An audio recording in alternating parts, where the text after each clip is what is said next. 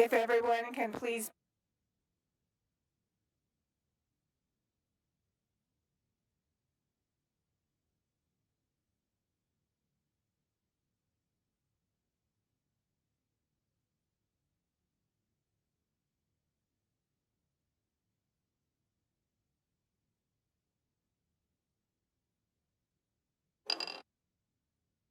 Downward. I'm pressing the button. There we go. Can you hear me now? Can you hear me now? All right. Welcome to the 5 o'clock meeting of the September 6th council meeting. If I could please get a roll call. Mayor Betancourt, Here. Mayor Pro Tem Alarcon, Here. Council Members Bishop, Here. Loa, Here. and Olson, Here. Commissioners Fragasane, Here. and Betts. Here. We have a quorum. Great. Since we have all these youthful ladies here, would one of you like to do our Pledge of Allegiance? Come on up. Let's give her the mic. Do we have a mic for her? Tell us your name. If everyone could please rise.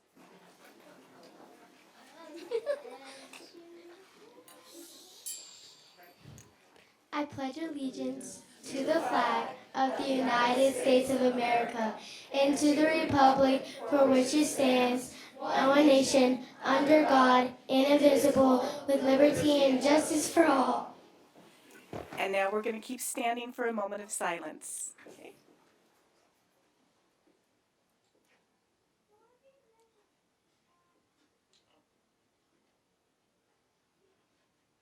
Okay, thank you, everyone. Thank you.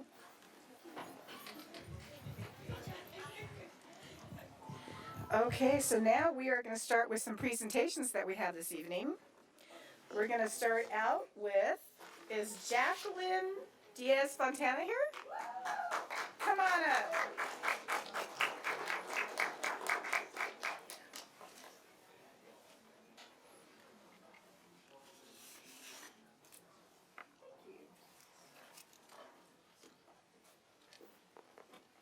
Yes. Welcome. So this is the founder of the You Are Enough Foundation. So before I give you your proclamation, why don't you explain to them what that foundation is? Hi everyone. Yes, my nonprofit is called Eric A. Garcia Llorona Foundation. I founded this nonprofit after my son Eric. I lost my son by suicide back in 2017. He was 20 years old and never shared anything about being depressed, and I never opened up the conversation about mental health. So that's the reason I wanted to start this nonprofit a year after he passed. I founded it, and I do things like this at the city. I do outreach. I bring workshops, educational workshops about suicide prevention, scholarships, and I have 3 big events coming up.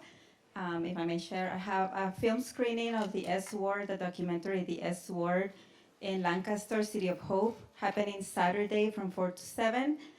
Candlelight vigil for people that lost someone by suicide, which is World Suicide Prevention Day, on Sunday right outside in the Palmdale Square from 6:30 to 8:30.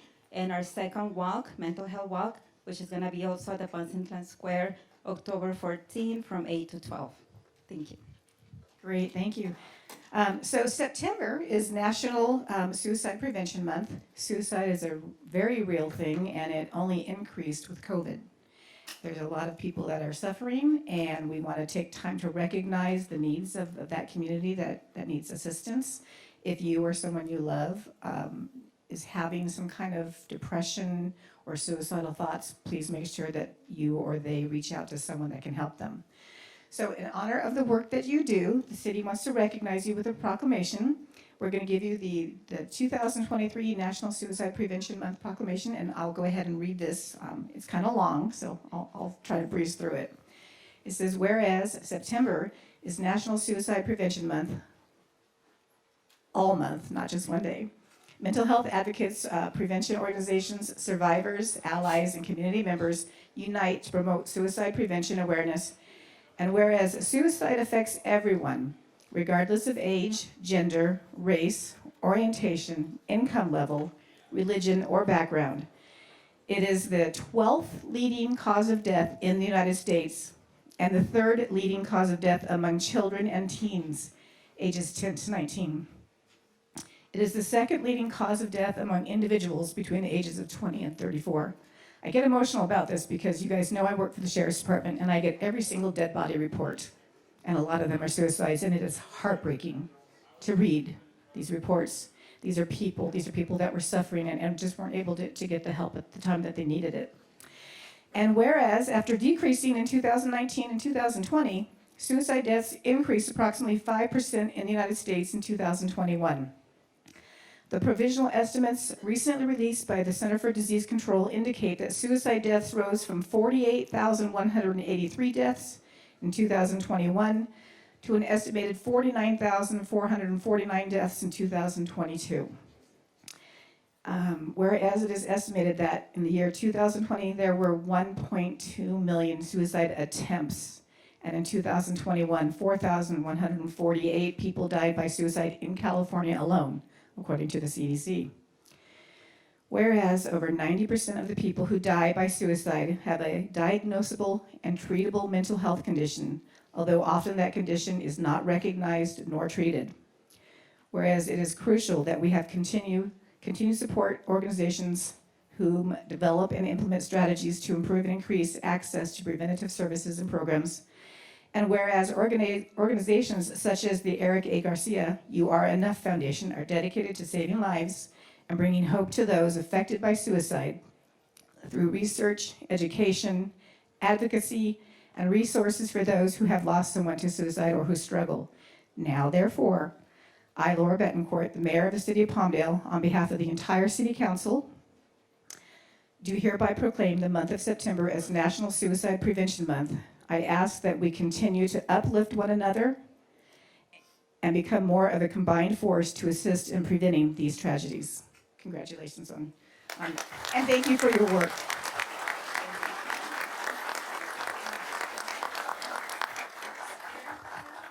Oh, sure. Wait, come back. Oh, here we go. Okay.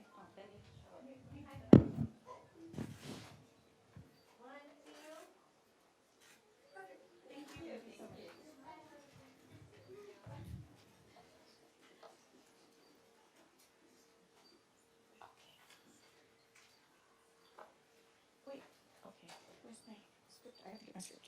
So we have more proclamations. I wasn't the only one. Thank you. Yeah, let me go take that too.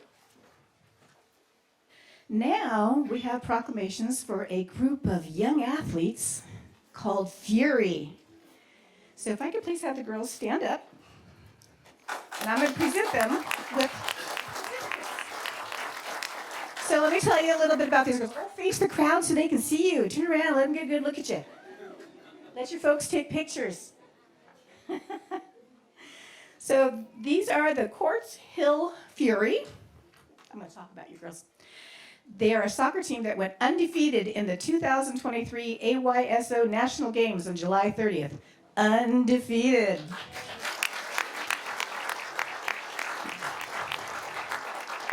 The squad formed in 2020 when the COVID pandemic shut everything down. That special bond created during a difficult time has helped the team win 9 championships in 3 different states over the past couple of seasons. The team will be moving on to the AV United Soccer Club next season and will call Pelona Vista Park in Palmdale their new home. Fury is led by head coach Lisa Kimura. Did I say it right? Come on up if you're, come over here because we'll make you speak. And assistant coaches Corey Kimura and Doug Barrios. Come on up.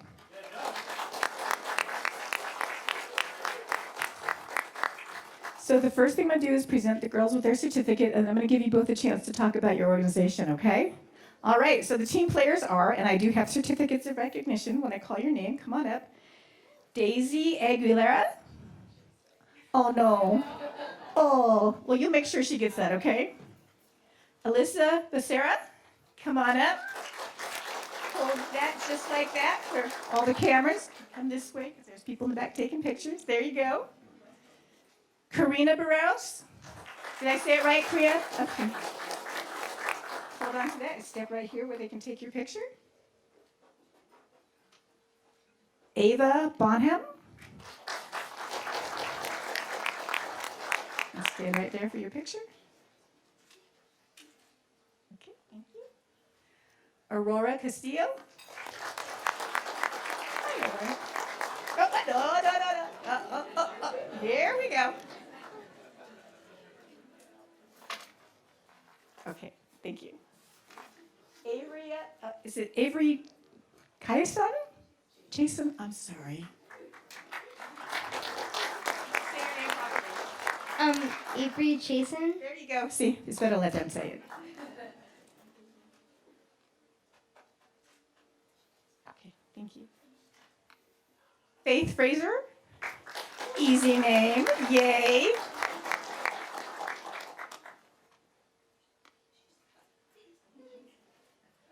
Okay, thank you. Hannah Hiss. Another easy name for me. Yay. Come over here. There we go. Okay, there you go. Thank you. Avea Kimura. Thank you.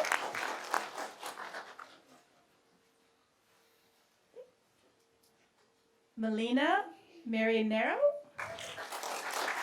Did I massacre your name? Did I say it right? Okay. I want to make sure I get this right. So. Thank you. Leighton Orians.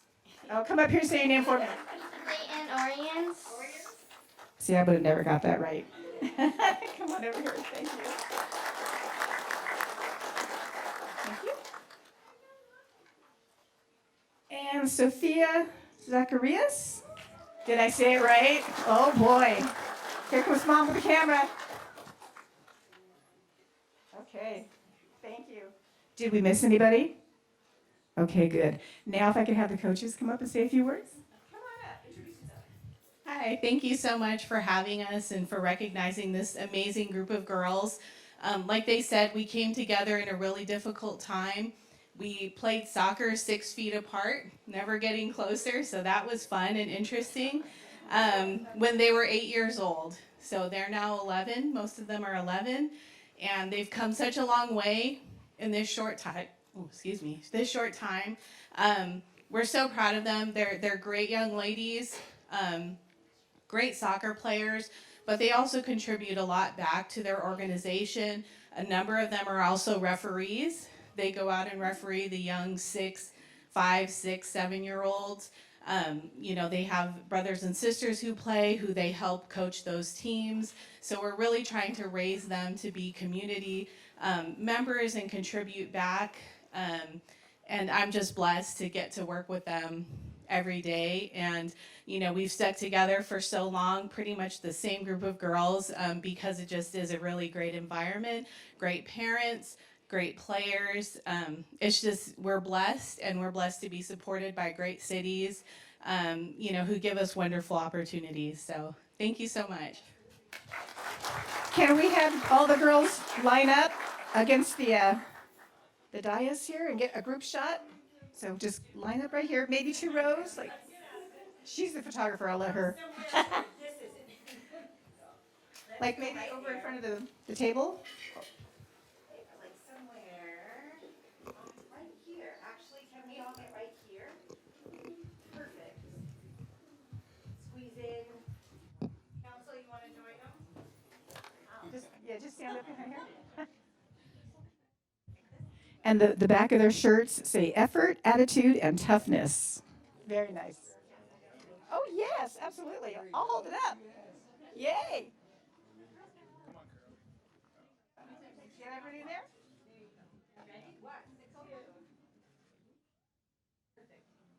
Okay. Thank you, everybody. Congratulations, girls. You probably want your trophy back. I can't keep it, can I? And while you, Absolutely, all you absolutely. beautiful young girls go back to your seat, I just want to jump in. Congratulations to each of you talented young women. It takes a village. And so congratulations to all of the parents and siblings and family members who I'm sure tirelessly taking to and from practice and putting together snacks and rotating the schedule for supporting these phenomenal young women. So thank you to all of you for your efforts in guiding them along the right path. Congratulations.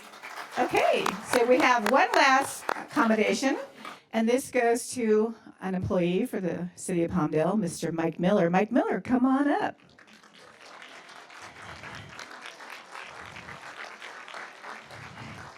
So Mike doesn't like us to talk about him, so we're going to talk about him. We're going to talk a lot about him.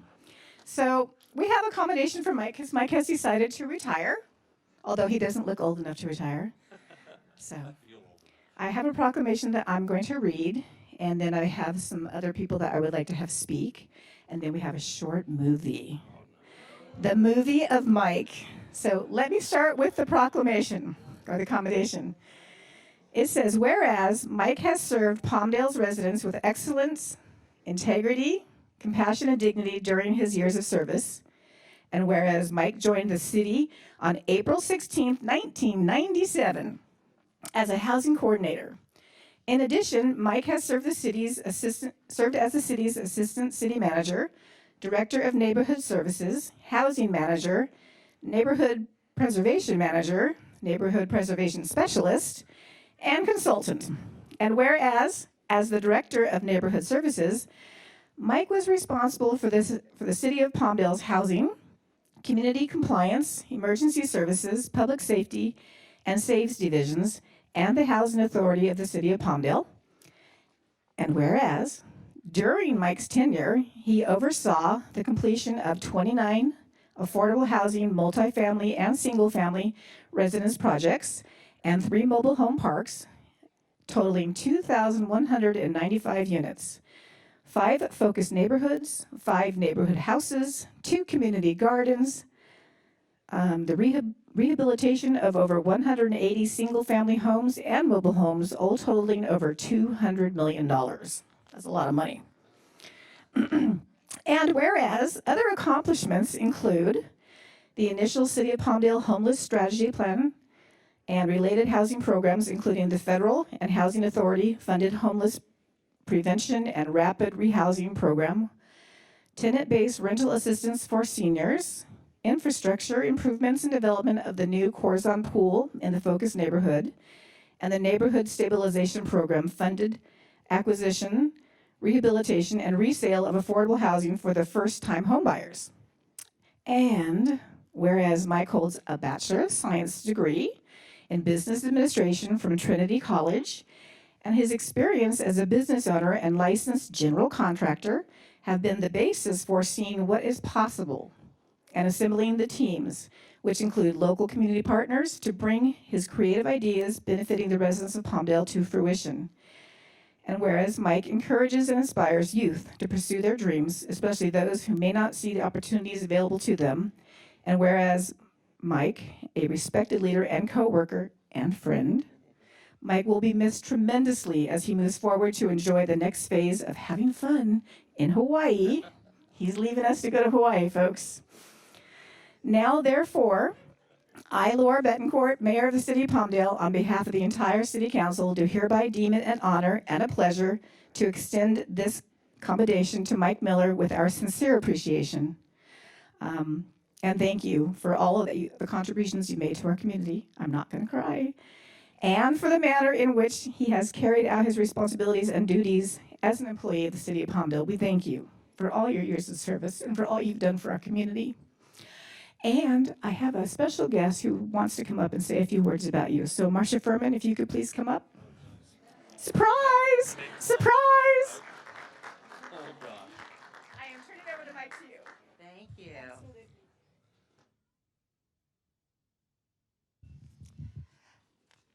I had to write it down so I could say it. I didn't even. I'm not going to look at you. Okay.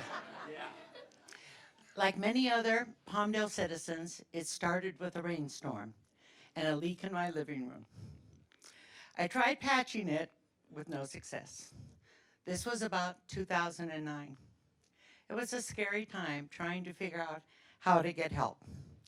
In 2007, I had attended Palmdale's first Partners Academy, and it's to that handbook that I turned. Palmdale's redevelopment department, the housing section, offered an emergency grant for low-income folks. My roof was so bad, it was completely replaced. To this day, especially when it rains, I am so very thankful to Mike Miller, at that time the Residential Housing Rehabilitation Director. Many city employees work for the betterment of our city and its citizens who live here, but there are only a few who are out and about, being very much in the public eye.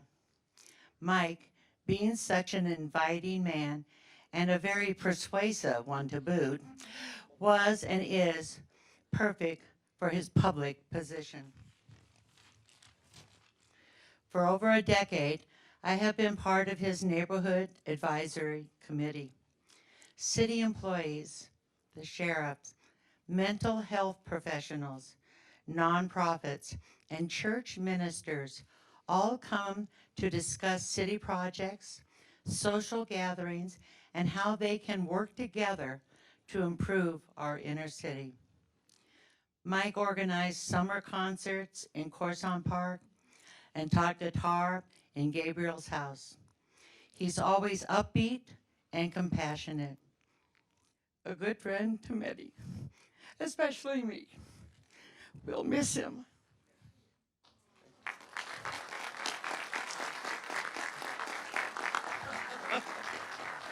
Thank you, Marcia. And so, like I said, no, you're not. So, like I said, he doesn't like us talking about him. So, we're going to continue to talk about him because we have a bunch of people that want to also recognize you. So, if we could have you guys come on up. Oh, there's so much more, Mike. You don't get to leave easy. No, we're gonna tell you how we really feel about you. So, here we go. Well, good evening, everyone, and I'm Jackie Owens. I get the honor to represent Congressman Mike Garcia here in Palmdale. And I think, I don't know if I can make this guy cry, but I certainly want to convey on behalf of the Congressman our gratitude for all that you do. And a lot of times in the proclamation, we heard about all the numbers and all the houses. But also, Ms. Furman also highlighted that behind each of those numbers is a human being. And those are the lives that Mike impacted. So on behalf of Congressman Garcia, I've got first, wait for it, this is a first. I've got a challenge coin. All right, and it's got all the highlights so that when you're in Hawaii, you don't forget some of the beautiful things of the Antelope Valley, our aerospace, and so on and so forth. But for the congressman, the highlight for this, for whatever reason, he decided to turn his challenge coin into also a bottle opener. I noticed that. It's gonna come in handy. So in Hawaii, when you might be popping a few, think of us, sir. And yes, sir. And here's a certificate to say thank you for all that you do. Yeah.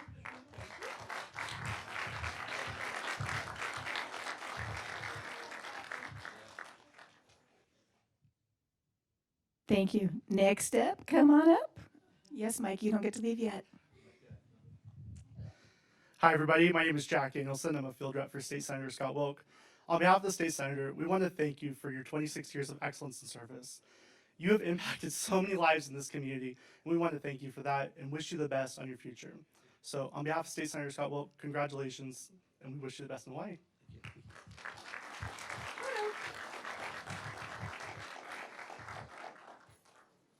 Thank you. Next up, come on up. Ooh, they have a framed one. Ha! Thank you. Hi. Hi. How you doing? Not so good, but we'll get through So, my name is Anna Zarley, and I am a field rep for Assemblyman Tom Lackey. When Mike and I spoke last year, maybe, he wasn't supposed to retire quite yet for at least 3 more years. You hear that, Kelly? It was supposed to be at least 3 more years. But then Kelly decided to go ahead and retire and start in Hawaii. So I'm thinking you wanted to hurry up and go with her. So, but I do have to tell you, thank you for all you do. Thank you for caring for your community. The city of Palmdale is a better place because of you, because you care.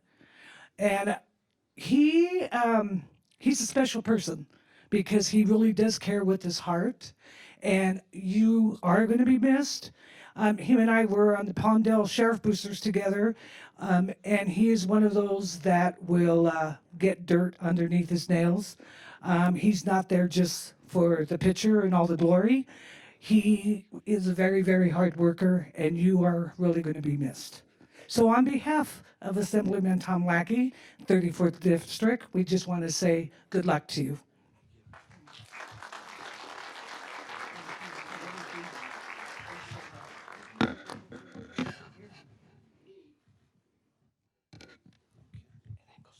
Thank you. I think we have one more or 2 more. Oh, 2 more. Sorry. Come on up.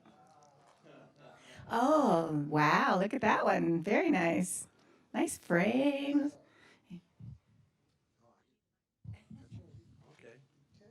Afraid I won't drop it? No, it's okay. Good evening, everyone. My name is Juan Blanco, and I'm a field representative for Assemblyman Juan Carrillo, which is the 39th Assembly District, which is where we are today. And I want to say thank you to the mayor, thank you to the city council, but more importantly, I want to say thank you to Kelly for letting him be the person who he is, because without her, he wouldn't be who he is. So thank you, Kelly. It's true. So I have a little story that I just found out about. Nobody else here knows about it yet. I just told my wife about it. But besides being an outstanding member of the community and working for the city, he's the inventor of spinners on roller skates. He invented, whenever you see those videos and those little skates are spinning, he's the inventor and manufacturer of those wheels. Years ago. So, Had to bring that up. had to bring it up. So, on behalf of the Assemblyman, who loves you dearly, on behalf of my wife, myself, and the entire community, we want to say congratulations to all the work that you've done in this community, the friends that you've made, the people who you befriended, and all the things that you've created to make this city and this Antelope Valley better. So thank you so much, buddy. Thank you for everything that you've always done. You're a godsend.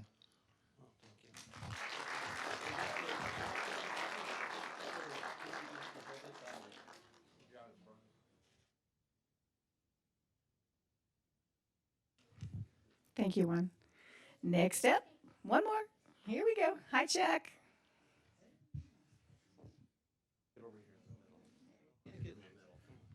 I'm Chuck Bostwick. I work for LA County Supervisor Catherine Barger, who represents the North County, including the Antelope Valley, on the Board of Supervisors. I'm a Palmdale resident, so I personally will miss Mr. Miller. I've been talking to him since just after he came to work for the city of Palmdale. It's been a very long time. I knew I could always count on him on whatever I asked him about, that he'd put all of his effort and all of his caring into it. You could certainly count on him to care for the citizens of Palmdale. For most of the time I've been with the supervisor's office, he was usually my go-to person for homeless matters, talk to him for a lot of homeless issues and housing matters. So I will certainly miss you, and good luck in Hawaii. And you can have this and hang this in your wall, and you can show everybody in Hawaii that that's what you did back on the mainland.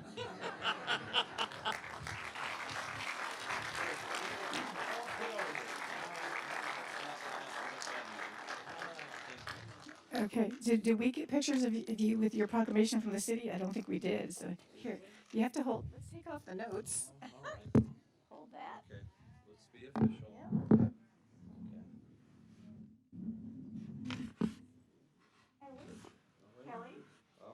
Oh, yes. Yeah. Come on. The amount of time that you let him spend with the city is amazing. Oh, listen, there's no control. You know that. You gotta be in the picture. You gotta hold your proclamation. Here, hold on. The mayor, you get in the middle. Yes, please. The instigator here.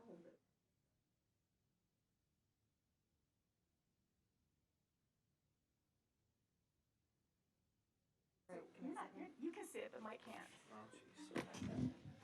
You're really enjoying this, aren't I you? am. So what I would like for you to do, I know this is your recognition, but I would like for you to introduce some of the groups that you've worked with through the years that have helped you accomplish your housing goals, your homeless goals, and that type of thing. We have a lot of members in the audience from Gabriel's House and Music for Kids, and if you could just give them some recognition while you're here. Yeah, I can easily do that. Well, I can see Chuck Murphy right here. Music and Kids. So a little background. 10 years ago, when we had this crazy idea with a community partner to turn a neighborhood house into arts, performing arts and photography and arts, it was the art branch. And Jimmy Lou, who was with Youth Build and who I knew a little bit through Fuel Television, we just hit it off, and he had this great idea, and he had a foundation. And so I have to tell you, it's really great to sit and listen to all this stuff, but unless you have a council that's as crazy as your ideas, you don't get anything done. So I have to give a lot of credit to past city councils whenever we talk about this.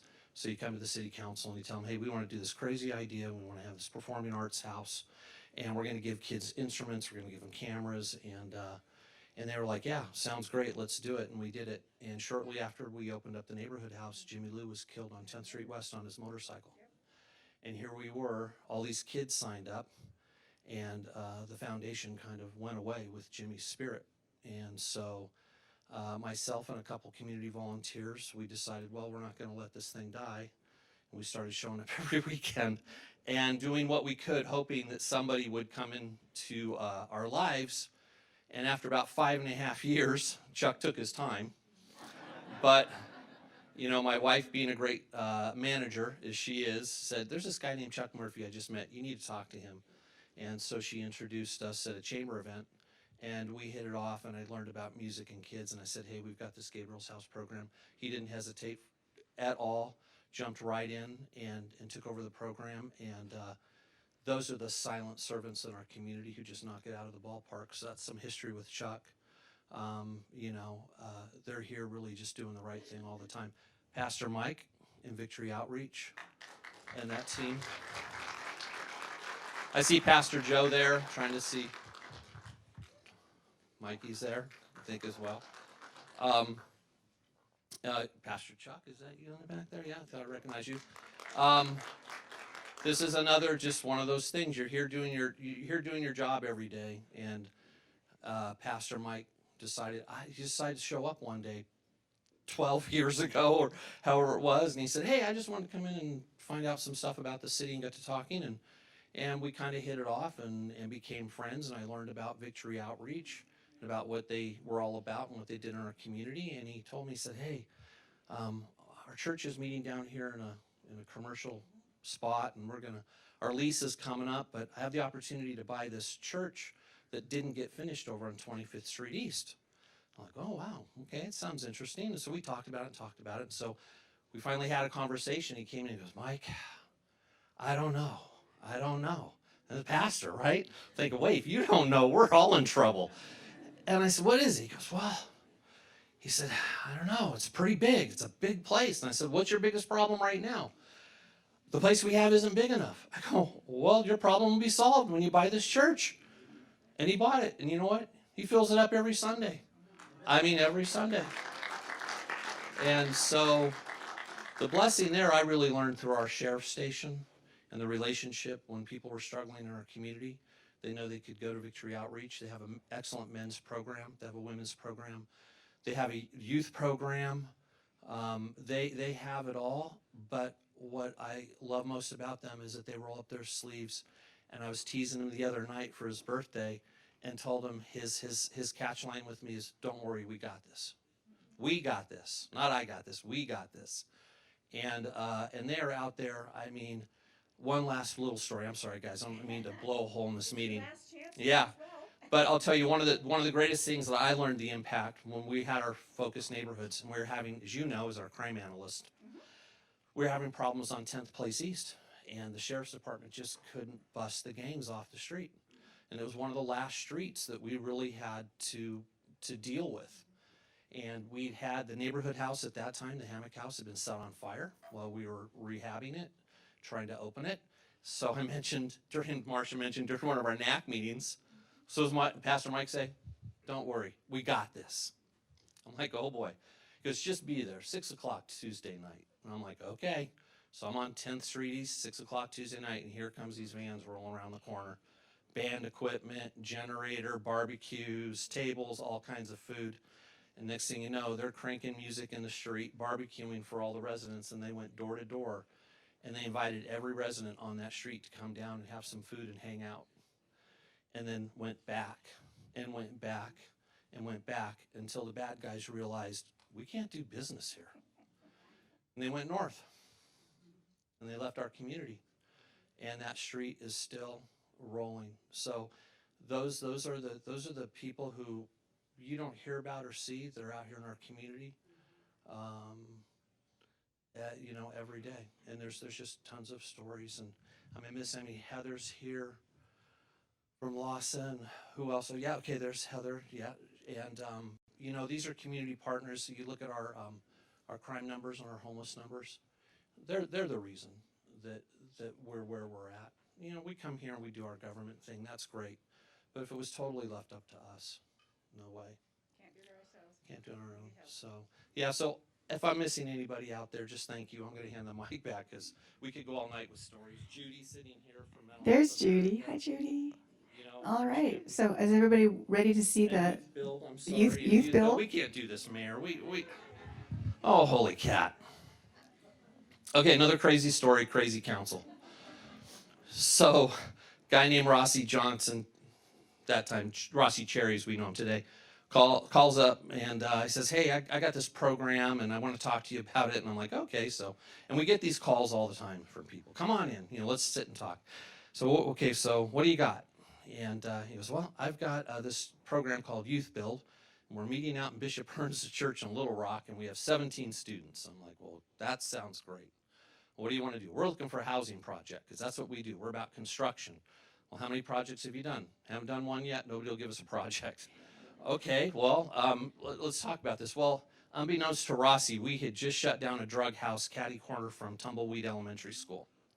And I was able to finagle a deal with the mom who owned the house, whose son wasn't really a good performing kid.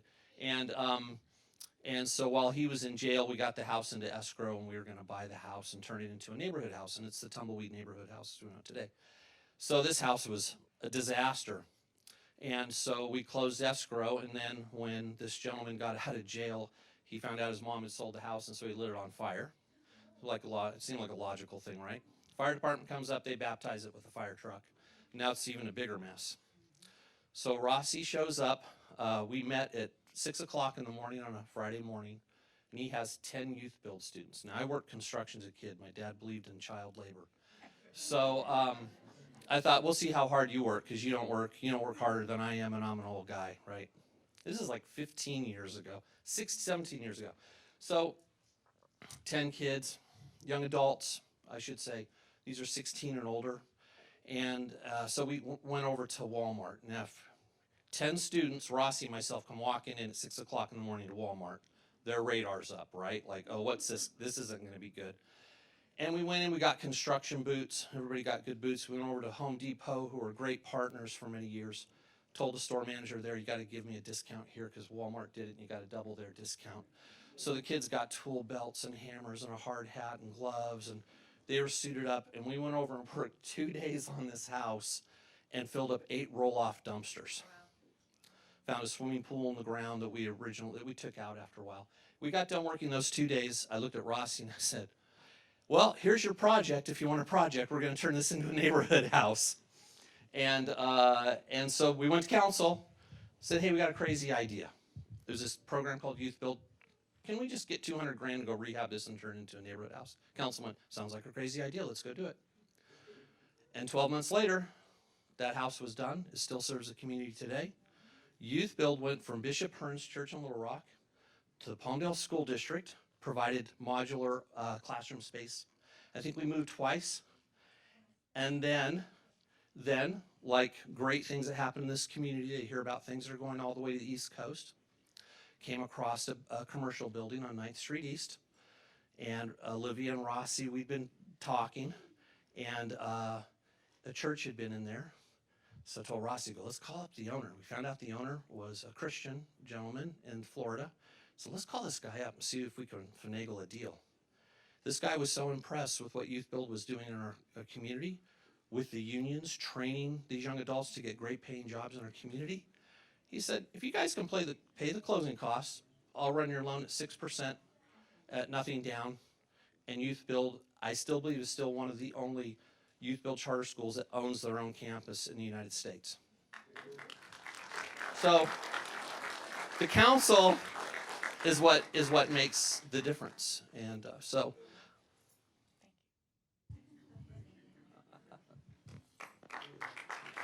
And now, to completely embarrass Mike, we have a video. It's only like a minute long, but we're going to go ahead and play it for everyone to see. So let me get out of the way here. I'm going to stand against, I want everyone to be able to see. So let's stand over here so everyone can see the video. Here we go.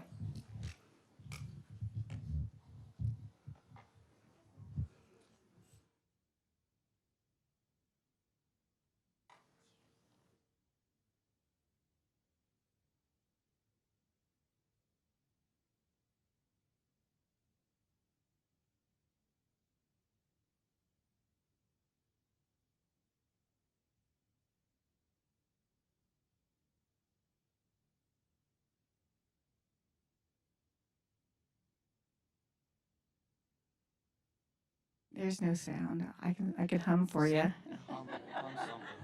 Council karaoke.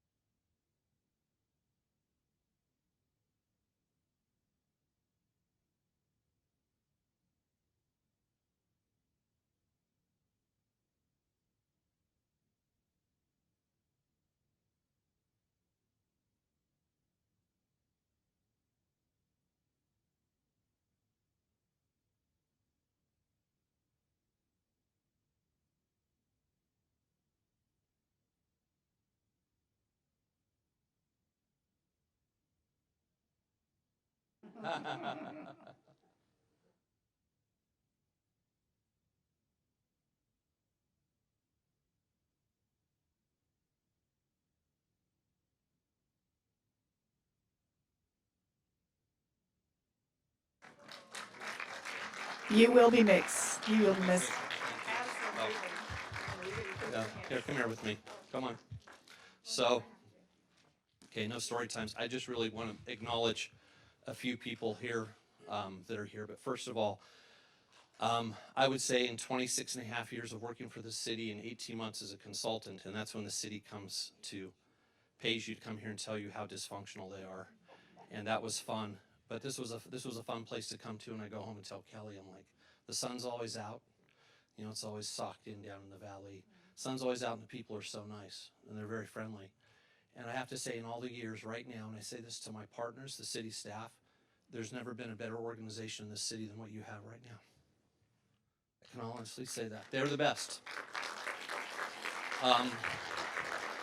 And as a few people that have been here with me for a lot the same time and longer, there's been good times and bad times, and when the times were bad, now they're maybe okay, but when they're great, they were great. But we have a great city team here right now. Also, too, I just want to say thank you very much to Rhonda.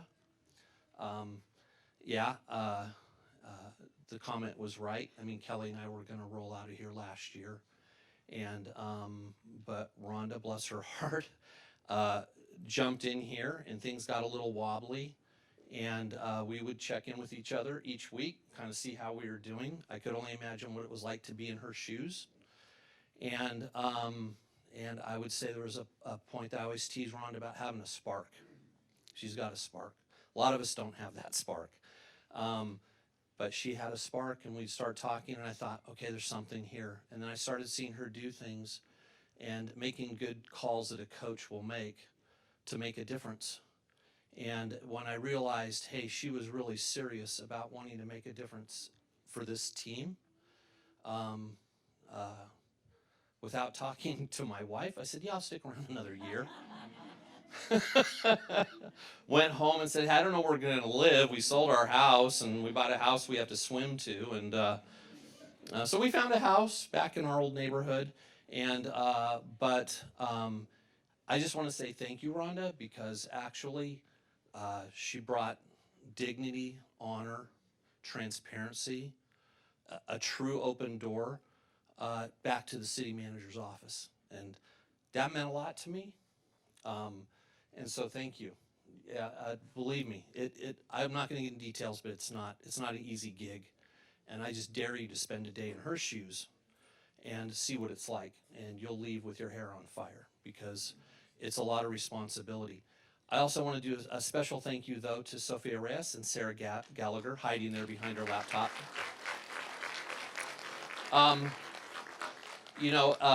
10 years ago, we put something together called the Neighborhood Services Department. And it definitely had circus music going every day under our tent. And it was crazy. But we worked hard. We spent a lot of hours. And those were my two right-hand people in that department. Everything that happened, they were a huge part of it. When you see these pictures up on the wall and different things, it's all the city staff. It's them. And when Rhonda had talked about coming over and working in the city manager's office and with the admin team, who is an incredible team, I didn't hesitate because I knew those two could run the department. I didn't have to sweat 1 second worrying about making sure things were fine. So they were great partners. To our current council and councils past, I think I counted 26 council people. There might be a few I missed that I've worked with. I think Carrie and Lynn may have worked with a few more maybe before I got here. Council members come and go. That's just how it works. And the art of what we do as staff is that we work with the people you send us. So the seal that you see stays on the wall. Every council meeting to say the Pledge of Allegiance here and look at that seal, the people under the seal change, but that seal's there to serve the community. But without the support of our council, we couldn't do a lot of the things that we do, and we come and pitch our crazy ideas. And so to thank you for your dedication and your time away from family. And just a few more here. I don't want to miss anybody, but I want to talk about our mayor for a minute. So this has been a dear friend of mine. She lights me up when I need it. She encourages me when I need it. But for 10 years, we sat every month and poured over crime numbers and talked about crime reports. And no bigger heart exists for this community than this person. And I think the thing that I love the most is that you owe nobody anything, and those are the people I love to hang with, because nobody owes me and I don't owe anybody. And we drilled down at those crime numbers, and you should be very proud to be in a community that can bolster that. Their crime numbers for quite a while there were under 200. We fight to keep it under 200. Sometimes it tips up, but compare that to other communities. But you're a dear friend, and I can't think of any better time to leave than you as my mayor. Thank you. As our mayor, I should say. And thank you for your friendship and your support and your leadership. And then the last two, the community partners. Marcia actually forgets that she was in the third focus neighborhood, and people weren't really jumping to participate in the neighborhood improvement program. And the staff were complaining nobody wanted to participate. And I said, okay, I'll go out there and even start banging on doors. People start to participate. So I started doing that night after night. I've got some free dinners and I got some desserts, and it was kind of a good time. And I went knocking on a door, and here was Marcia. And when I told her, hey, there's some grant money here 20 years ago to fix up your house, she couldn't believe me. She thought it was a joke. And she became one of our biggest advocates. And so she's just an example of our great community partners. So to everybody here and those who aren't here, just thank you for your dedication. And then to my beautiful wife, Kelly. So, Thank you for sharing him with us. no, I mean, honestly, it's really it's easy to sit here and get awards, and I appreciate all the good words, but it's really just picking up the phone and talking to people. But many moons ago, I met her when I was in high school, and she was not going to roll with a guy like me. So it took about 5 years on and off of chasing her around, and finally, she warmed up to me a little bit. And no greater partner have I ever had, and she's the best. And I wanted to do something different in life when I got to my mid-30s. I didn't like being away from my kids so much, running my family's company, and it got to be too much. And I watched my dad get on airplanes to go run his business. I didn't want to do it. So I said, hey, Palmdale's kind of cool, and they want me to come and work there. She goes, oh, you want to go do that? And I said, yeah, the money's terrible, but I'll go do it for a couple years, and I'll go back to the consulting firm. Oh, okay, that sounds fine. So she's really supportive, right? And I go, I don't know how we're going to pay the bills, but hey, we'll just do this. And we did. It was fine. So after about a year and a half, I was like, I really get tired. I'm getting tired of the drive. She goes, what do you want to do? I go, I need to quit or we move. And we thought, well, my parents were very involved in our community. And I said, let's stop being Murray and Maryland's kids. Let's go move someplace where they really don't know us, and we'll be ourselves. So we left our community that we lived in for 35, 36 years, left our house, came up here, and we started a new life. And I said, oh, maybe we'll stay here 4 or 5 years. Yeah, we all say that. And but I do have to say that Kelly never gave me any grief on how many hours I wasn't home. Yeah, Juan teases about the wheel business and some different things, but we're very blessed in our lives to have been blessed monetarily, to have a few things, and we turned around and we turned that back into our community and made sure that the people we worked with had what they needed to do the good things, and never once was there ever a question that we were doing the right thing. So yeah, so this past year really has been about staying here and doing the right thing, and so to kind of just sum it up, I've had some people ask me, well, geez, Mike, what are you doing if everything's so great and it's so great and you love working with Rhonda and the council and everything's going so good? So I simply put it this way. I said, I'm leaving something I love to go hang out with someone I love. So. Thank you. Everyone give Mike a round of applause. Thank you, Mike. You will be missed. I think we got it all. Yeah, if we can, we'll go ahead and take a quick break here so that the ladies can leave and people can take a quick break. So come back in like 5 minutes, okay?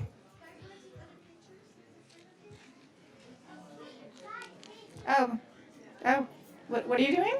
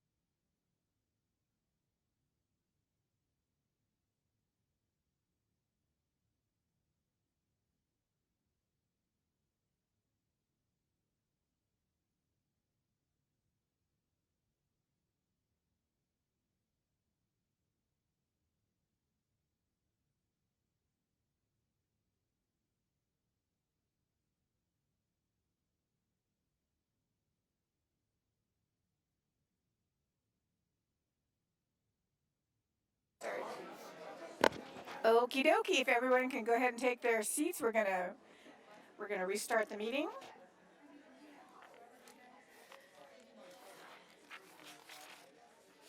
Okay, now that all the presentations are done, who are we missing? Do we have everyone? 1, 2, 3, 4. Do we want Housing Authority to come up now, or do we want to wait? When we get to 8.1? Okay.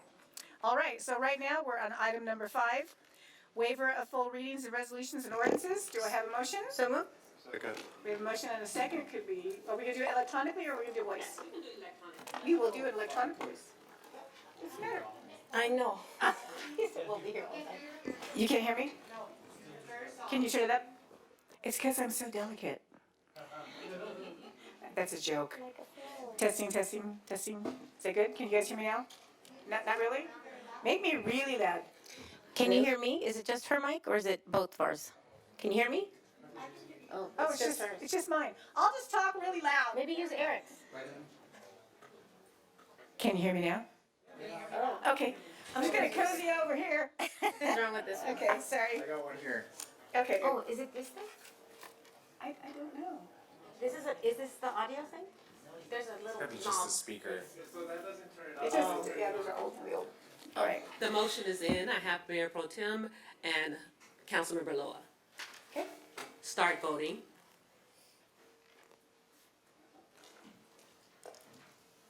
Okay, the motion passes with 5 yeses and 0 nos. Moving on to item number 6. This is the time for public comments on consent calendars, new business, and closed session. This includes consent calendar for the city council and consent calendar for the housing authority.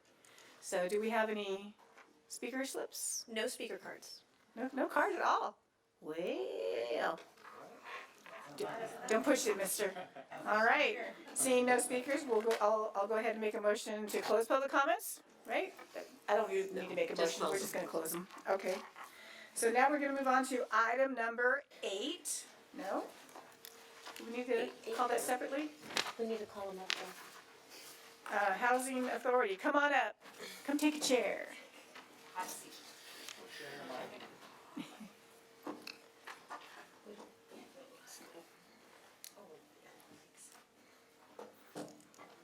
Hello, welcome. So we're actually going to move to item 8.1, approval of the Housing Authority of the City of Palmdale's annual report. Do we have any comments on this staff report? Yeah. Can we get a staff report? Whoever's doing it.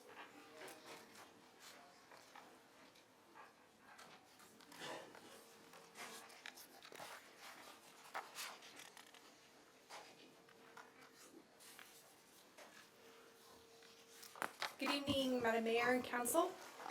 8.1 is a request to approve the city's annual Housing Authority report in accordance with the health and safety codes 34.328 and 34.328.1.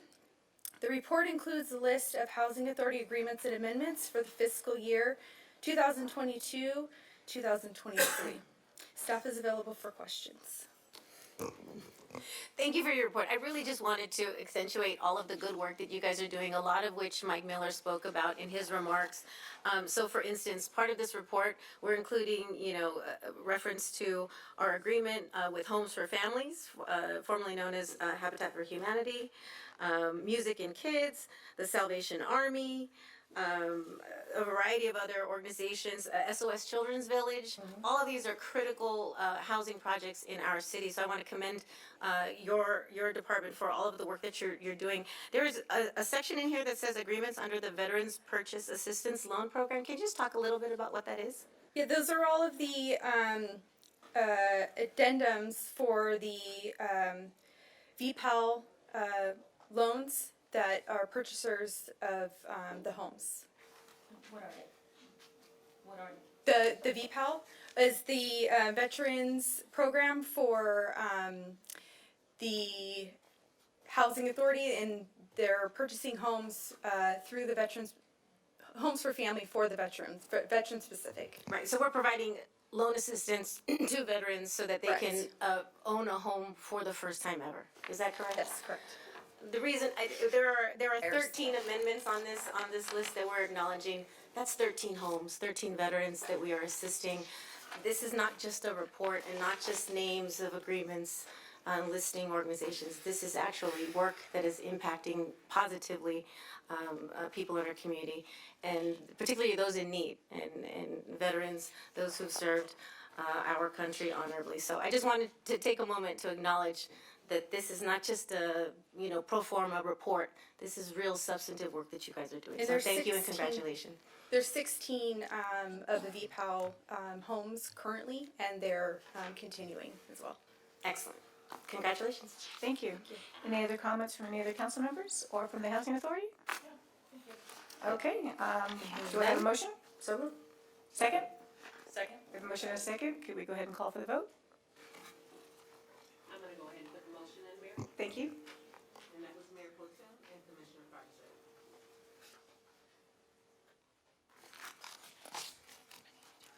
Start voting, please.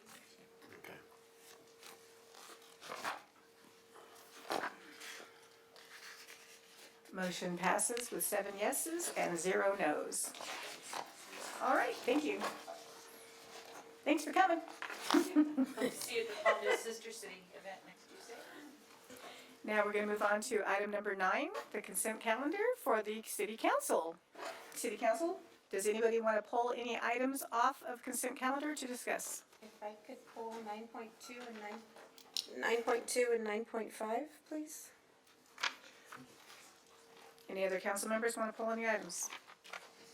Move to approve the balance of the consent calendar. I'll second. Okay, we have a motion and a second. Could we call for that vote?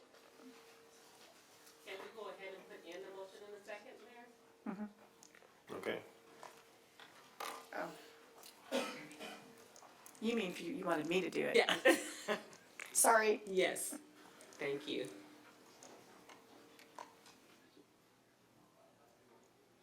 you mind if we did 9.5 first and get the American Legion people out? Start voting.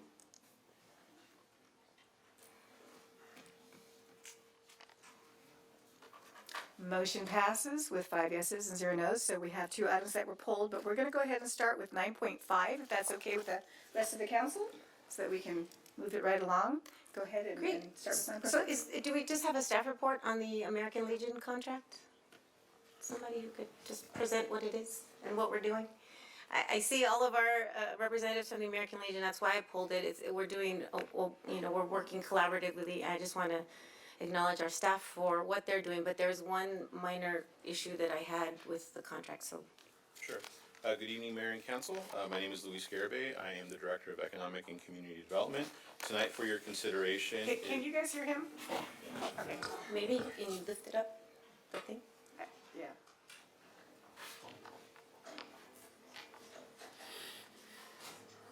Talk really loud. Check one, check. There you go. CC. All right. There we go. Oh, it goes higher. All right. So good evening. Tonight for your consideration is a lease agreement with American Legion Post 348 to utilize a city-owned building located at 1002 East Avenue Q12, which is right now being utilized as a SAVE building. The city would enter into a 3-year lease to utilize the building so that the American Legion can utilize it for their services and different things that they use it for. The lease term would include a $1 per year lease rate. In return, though, they would accept the building as is, and would be responsible for all maintenance, any upgrades, center improvements, permits, building improvements that would need to be done on the building. After the first 3-year period, what would happen is we would then reassess what the current market rate is for a commercial lease building of that approximate size, and then enter into a new lease agreement with the American Legion. As you mentioned, there's representatives from the American Legion here tonight. They can tell you a little bit more about their organization and some of the services that they provide. Staff is available for any questions. Would be happy to hear from anybody if they're interested in speaking. Absolutely. My name is Ralph Felder, Vice Commander We can hear you good.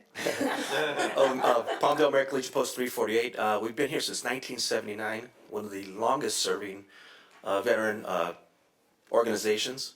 And we've been a partner with the city for many, many years and many programs. And we lost our space due to COVID. And we just haven't been able to recover, so we've been meeting over at the VFW.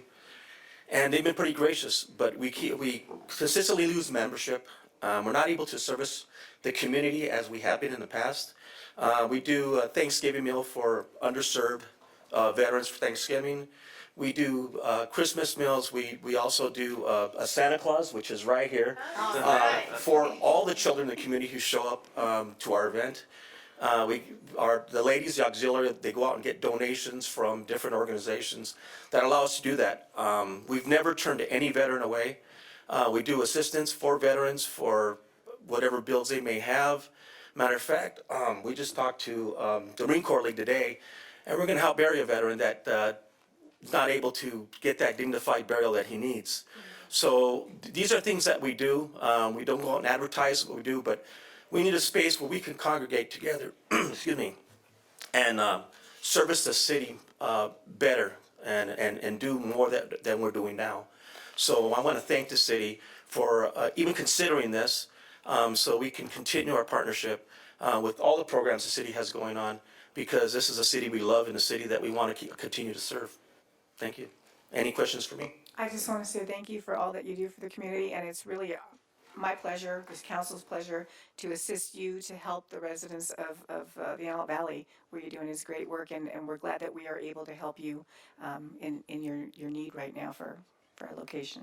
And it's to serve back. Yeah, absolutely. Go ahead, Richard.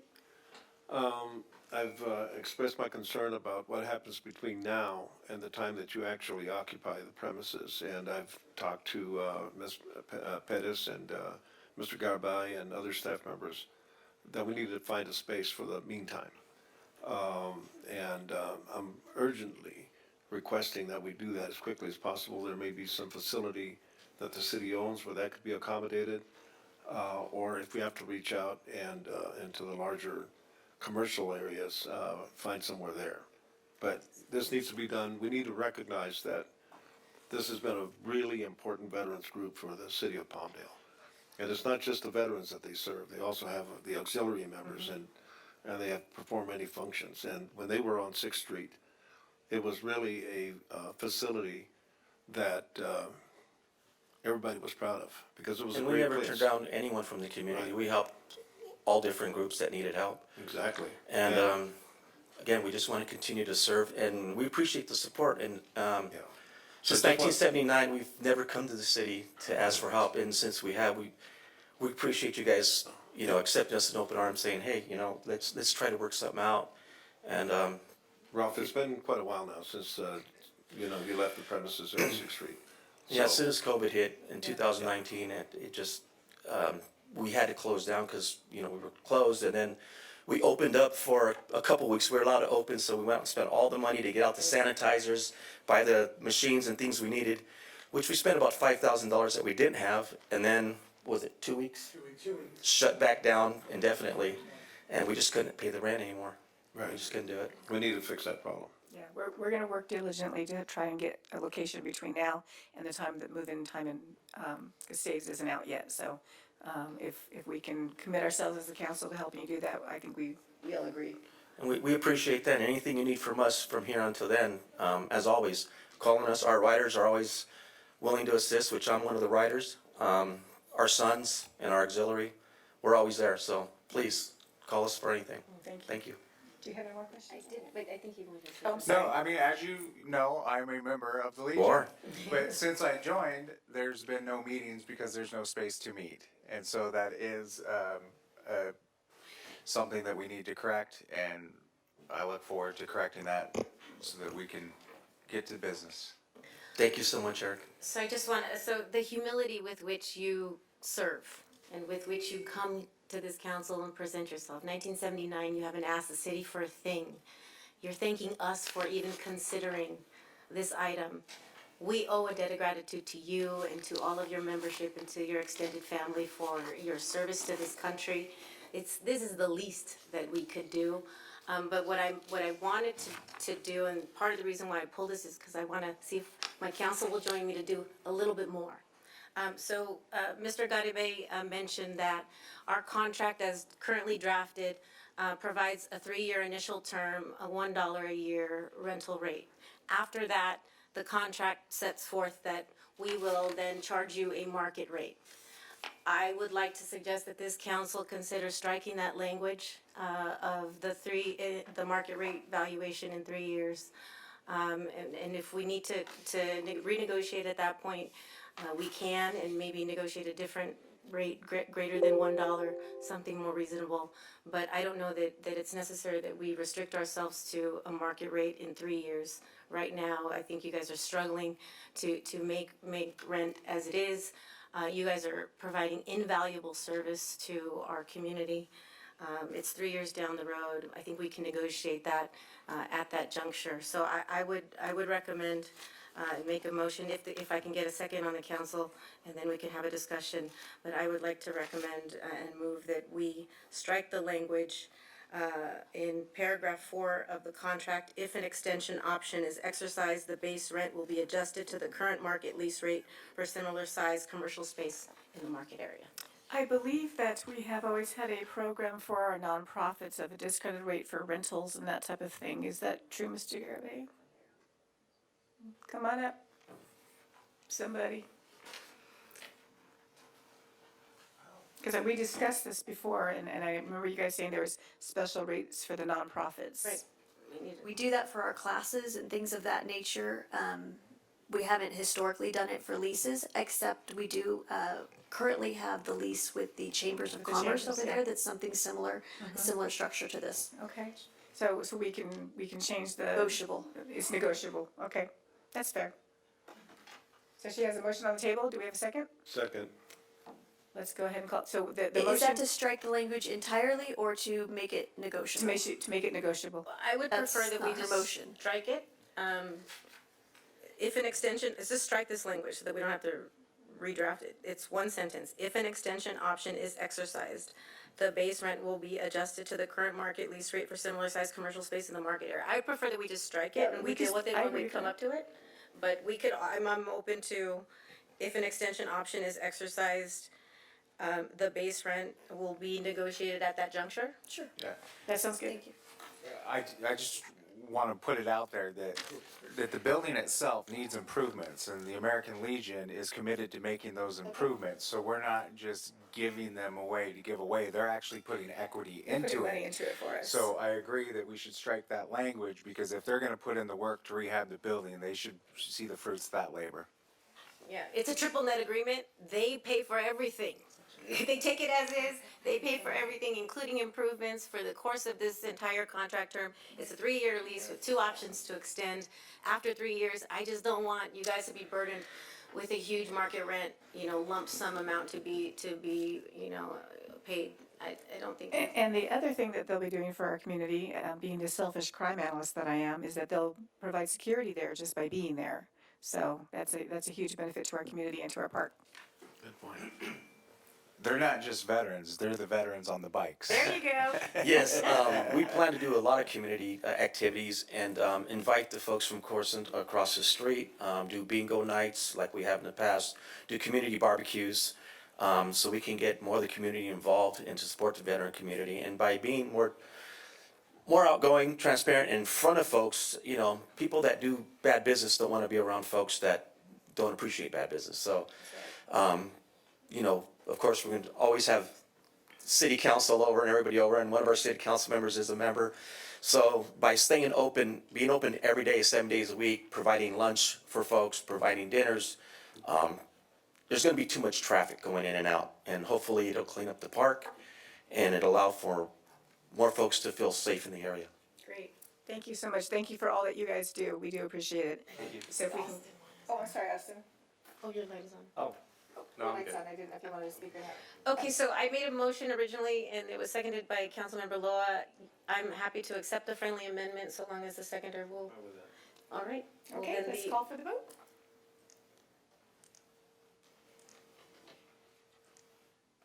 Start voting.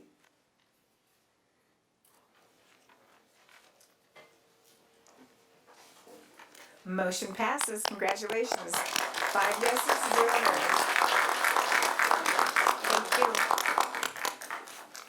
And then Andrea, you had also polled 9.2, I believe? I don't remember what the number is. It's 9.2. Yep. 9.2, Thank you, thank gentlemen. you for your service.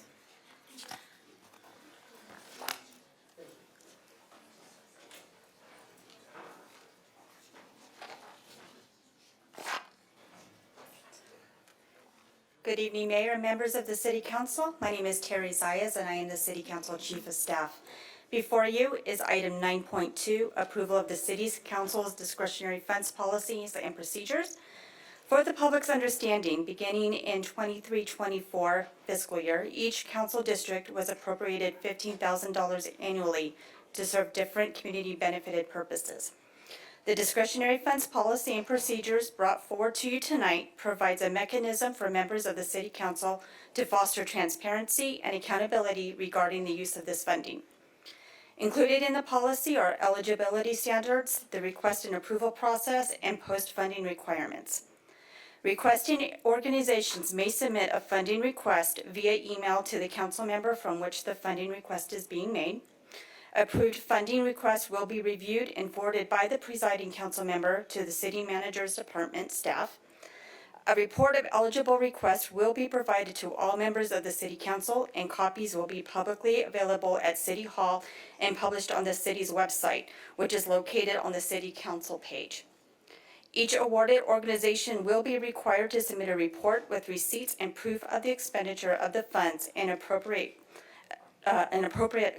backup documentation outlined in the policy. That staff is available for any questions. Thank you for the report and thank you for putting this together. This is a long time coming. I think this is the first time in city history that we have allocated discretionary funds to city council members. And I know it was a lot of work for you to put this together, so congratulations and thank you. I had a couple questions. One suggestion there in the request and approval process, it says that the request should be submitted via email directly to us as council members. I know that my emails, I get lots of emails and I don't want things to get lost in the shuffle. Can we create a dedicated email address for all of these funding requests so then you can then forward them, to each We can do that. each council members, just so we know, we get, printout of whatever they are so they don't get lost. Yes. Great. And then, the parameters are sort of, the construct is set up so that only organizations can receive the money. And it says that we're supposed to be able to use these discretionary funds to support events.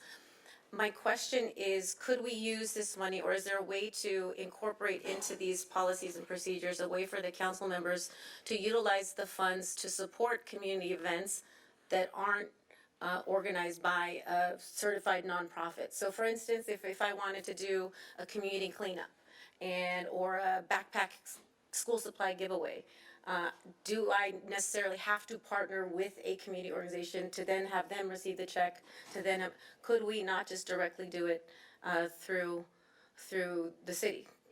Yes. So these policies and procedures don't make that clear. It says that the only recipients can be organizations that have a city business permit and. If applicable, or yes, or they didn't mean to interrupt you, or if they have the proper standing with the IRS, so they have a tax ID number and whatnot. Correct, but I think my question is, saying can I is if they just, so don't, if I can just she wanted do to it? do, I don't know, a Yes. gift giveaway, and can I do that? And that was my second question. There, it says no secular events and that kind of thing. Do I then need to call it a holiday giveaway in order to do it, or because it would be a Christmas giveaway? I just want to make sure that these are not too restrictive policies, so that it gives the council members flexibility with which to use this money. So my response would be, yes, I think as discretionary is if you identify that you would like staff to assist you with a backpack giveaway or a holiday gift giveaway, and you want tell us to allocate X dollars of your discretionary budget to that, then we can effectuate that transaction, and I don't see any issue, I'm looking at Janelle, with being able to account for that, so long as we go out, we get the receipts, all those good things. I don't necessarily know that we need to carve that out. I think that that's just a an opportunity that we have as a city within our own discretion to even do as well. Yeah, I just want to make it clear, maybe we could just add like a sentence or something that we could do that in here, because this makes it seem as the only way that our discretionary funds can be used is if it's allocated to an organization who formally applies, who has a business license, who has the 501c3 IRS designation, who has all these things. I just want there to be some reference to our flexibility to use it As a council member. directly, as a council member, directly, consistent with the benefit. public purpose. Yes. Directly with staff, just Will do. some sort of reference in there. Will do. We will amend it with that language. Great, so I just want to thank you for doing this. I think we first brought this up back in 2009, and back then we thought $5,000 was a lot of money, and we never really got that off the ground. So $15,000 per council person is an awful lot of money. So thank you for putting in place auditing, tracking, and really responsibility for us to prove how that money's being spent and being fair with the taxpayers' money. So does any other council person have a comment? Yeah, maybe the Mayor Pro Tem already clarified that, but I just want to double check, because there's a section here that says Right. the city shall not provide support to, and it says individuals, for-profit organizations. Like, for instance, I would like to help out child care services within my district, because the way I see it, if that child care provider doesn't show up to work, that 13 families of kids that they watch can't make it to work, and that has a direct impact on our city and my district. They're technically a for-profit organization. So do I have the leeway to? I'm sorry, I missed it. What? You gotta make sure that the discretionary stays there. Discretionary. It's discretionary. Sorry, I Right. missed it. I apologize. We were working on the amendment. Well, again, the language we've crafted while the exchange has been going on is in the clerk's hands. We can't read his writing. I think the general gist is that we want to make sure that there's flexibility with Yes. which to use the money, and that it's not only specifically for organizations that have meet all of these checkboxes. Right, we've amended it. City discretionary funds may not be used for any of the following activities unless I can't read my own writing, unless expressly requested by a council member. So if you say, I want to spend it on backpacks, I want to spend it on childcare, that's fine. We have some general rules, but you will have the discretion to spend it as you wish. If you don't want to get into discretion, you've got the standard rules. Got it, understood. Thank you. Great, as long as there's a safety net. Like last year, I gave away a bunch of jackets. I want to make sure I'm able to do that. Yes. And I'm sure if it's something questionable and we're not sure, we could always reach out to the city attorney's office and they could let us know if we're getting into some uncharted waters and things that may be questionable. Correct? Absolutely, sir. My concern is services that are primarily religious. Over the years, we have assisted various organizations that are religious in nature, whether they're churches or different organizations. We can strike that readily.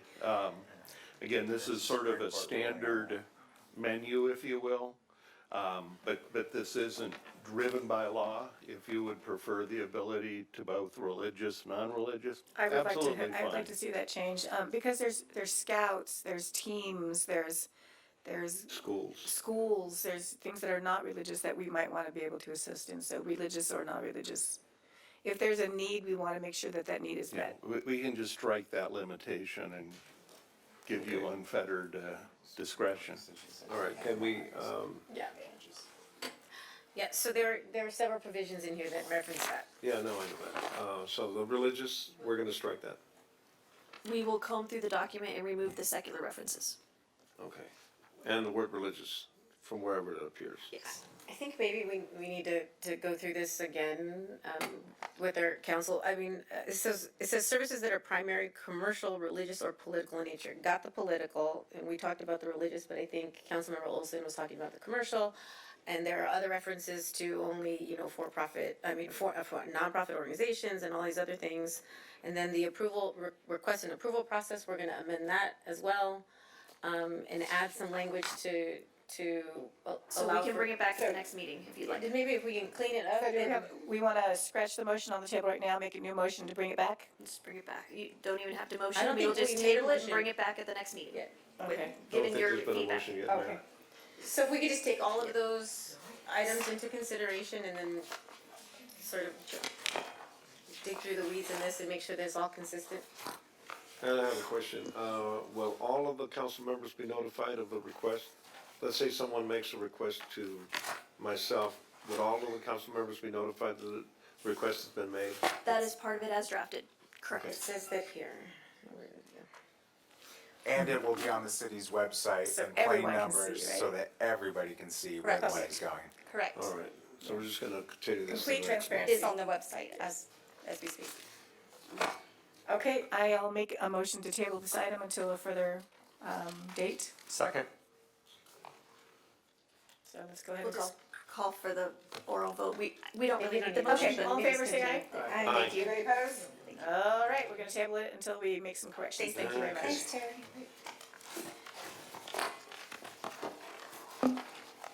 Okay, moving on to item number 10, public hearing, 10.1.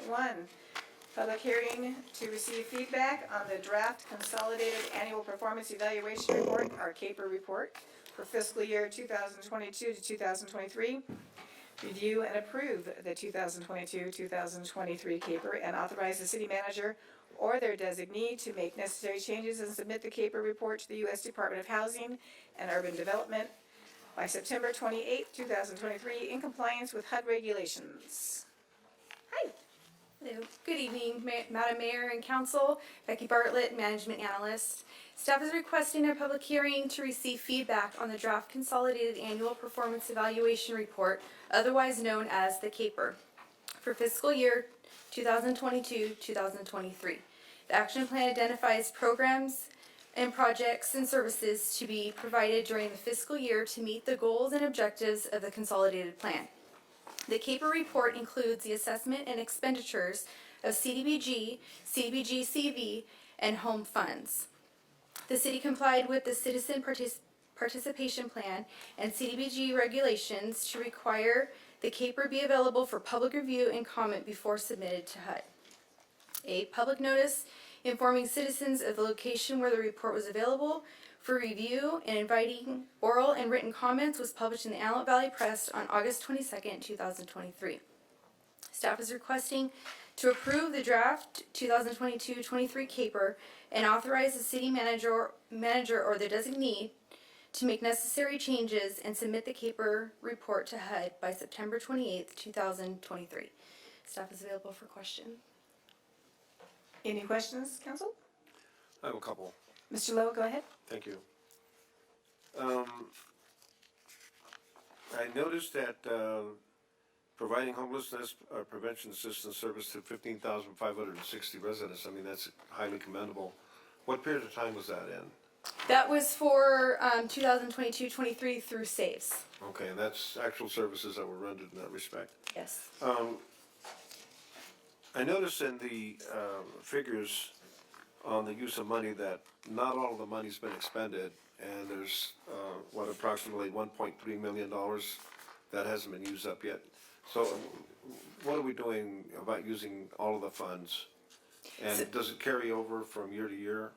Okay, if you could just. Yes, the money will be carried over, and we are continuing to seek projects and programs that those funds can be used for, and identify, working with Public Works to identify certain projects that those funds could be used for as well. Okay, all right. That would be part of the report. And when we look at actual numbers of people served, the 15,000, that's a great number. But when we look at the charts, for example, the one on page 15, number of households supported, there's like 169.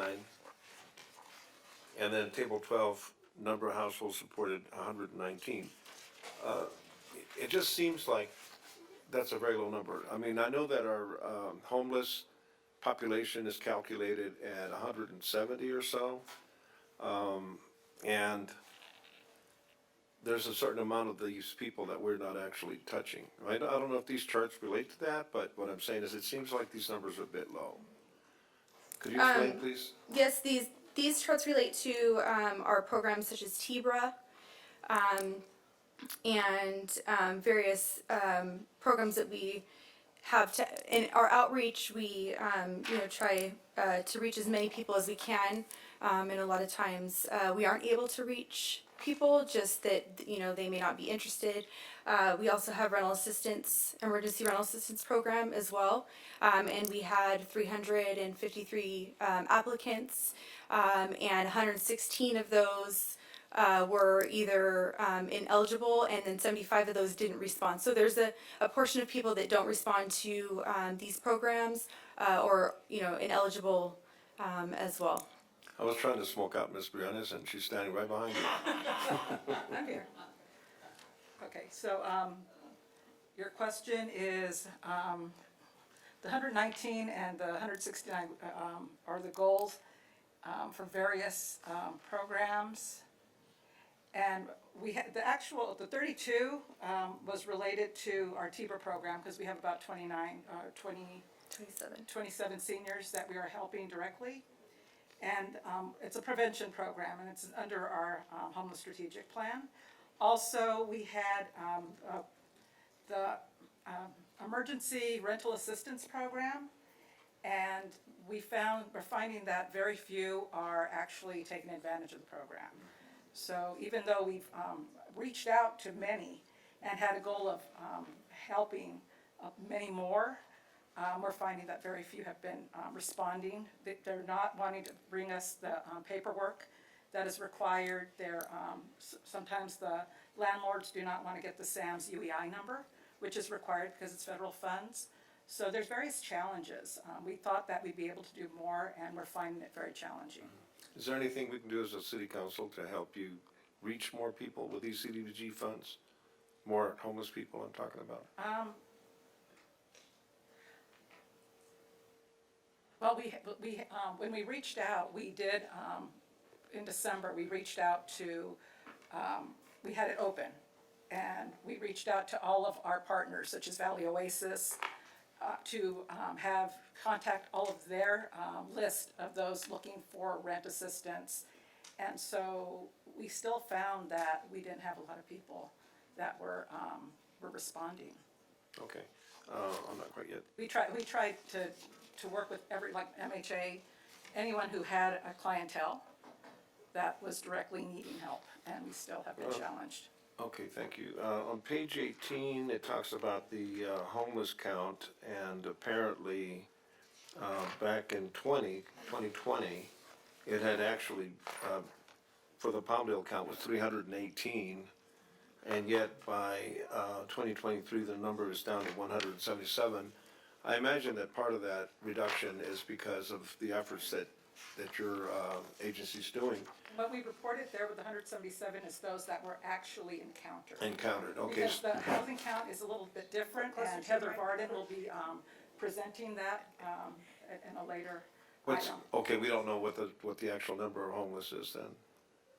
It's based on an estimation, and Heather Varden will be explaining that a little later. But 177 were the ones that were actually encountered. I see. So there's an extrapolation that occurs, and so Okay. that will be explained. I've received word several times from several sources that it appears that people are being moved from, I guess, the valley or LA up to here. Is there any substance to that? It appears that there's some people that are walking about with possessions, and I don't know if that's something that's been verified.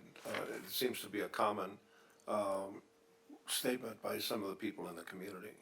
We do hear that from time to time, but I'm not aware of something that substantiates that. And then Heather Varden again from LASA is here, so she may be able to assist us with that, because LASA does cover SPA 1. She is the representative for SPA 1, so she may be able to answer those questions during the presentation. All right.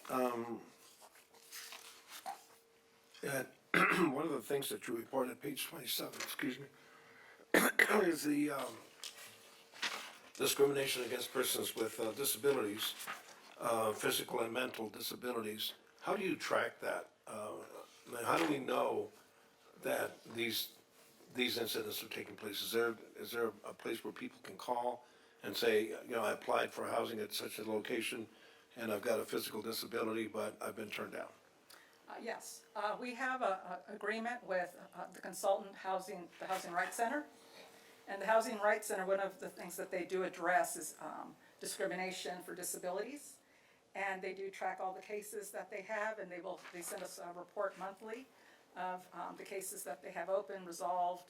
And so we do have that information. So when our consultant, every 5 years, we're required to do the analysis of impediments. And so when our consultant did that, they consulted with the Housing Rights Center to find out what the experience was over the 5 years, to be able to report this and give us this plan for the next 5 years. So every 5 years when we do the consolidated plan, we also do the analysis of impediments. Over that So this is period, based on that last report at 2020. over that period of time, though, it's been documented that there have been these discriminations reported. Yes. Okay. And the same thing, I see that on the next page, race and ethnic relations is also a significant problem. It talks about hate crimes that have been reported. Were there also reports of discrimination based on race or ethnicity in the material that you're collecting as far as complaints are concerned? Again, this is through our analysis of impediments that's done every 5 years, and when our consultant does reach out to find out with FBI numbers of what the actual has incurred. When Okay, they're but doing I the mean, report those are every 5 years. Those are incidents of hate crimes, but is there a separate documentation of discrimination in housing based on race or ethnicity? Again, if there is any type in housing, and they report it to the Fair Housing, to the Housing Rights Center or Fair Housing Consultant, they would be accumulating that information. And that they've documented that over the time period that you've been doing this analysis? They provide us with a report, and again, this portion of the report, the facts are coming from every 5 years. So Right. this is based on that 5-year report. Very good. Thank you, Ms. Benz. Thank you. Very welcome. Thank you, Mayor. I have a couple follow-up questions as well. So to follow up on Councilmember Loa's questions with regard to the charts on page 15, the goals in one chart 169 and our actual of 32, which is I've calculated at 16% of our goal. And then the table number 12, 119 is our goal. And then our actual is 32, which is 21% of our goal. So I have a couple questions. One, are we at risk of losing the funds because we are not reaching the goals that we set forth in the grant applications? No, we are not at risk of losing the funds. So, And one of the things that Can we you will be explain that? doing in the next year is reaching out to increase the number of the senior TBRA. We are in the process of doing an RFP to have a new, see if there's a change in consultant and providing the services. So we're waiting for that to be completed, and then we will be expanding the program again. So they don't have a threshold with which we have to meet our goals? I mean, why would they set goals if we don't, do we have to provide outcome reports at the end of the funding? The city sets the goals. And this is where we provide the report. Okay, but it's CDBG funding, correct? So we don't have to provide any reporting on the money? This is the report. Right, but in order to get, typically in grant funding, if you don't use it, you lose it. So that's my We question, and if you don't meet the goals that you set for yourself in your grant application, they typically will reduce the amount of money that you're allocated in the next fiscal cycle. So my question to you is, because where our actuals are at 16% and 20% as compared to what we set forth in our application for our goals, are we at risk of, do we have to report that? How are we at risk of losing our money or having our money reduced in future cycles? CDBG is an allocation that is based on population and different criteria. And HUD provides that, we get a percentage of that funding. So we've been very fortunate that we have been receiving from anywhere from 1.3 to 1.6 million over the last 20 years. And we we do our, what we can to spend the money as we've proposed.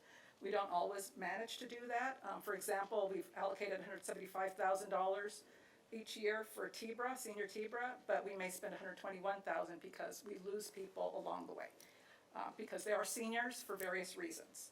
So we end up spending less.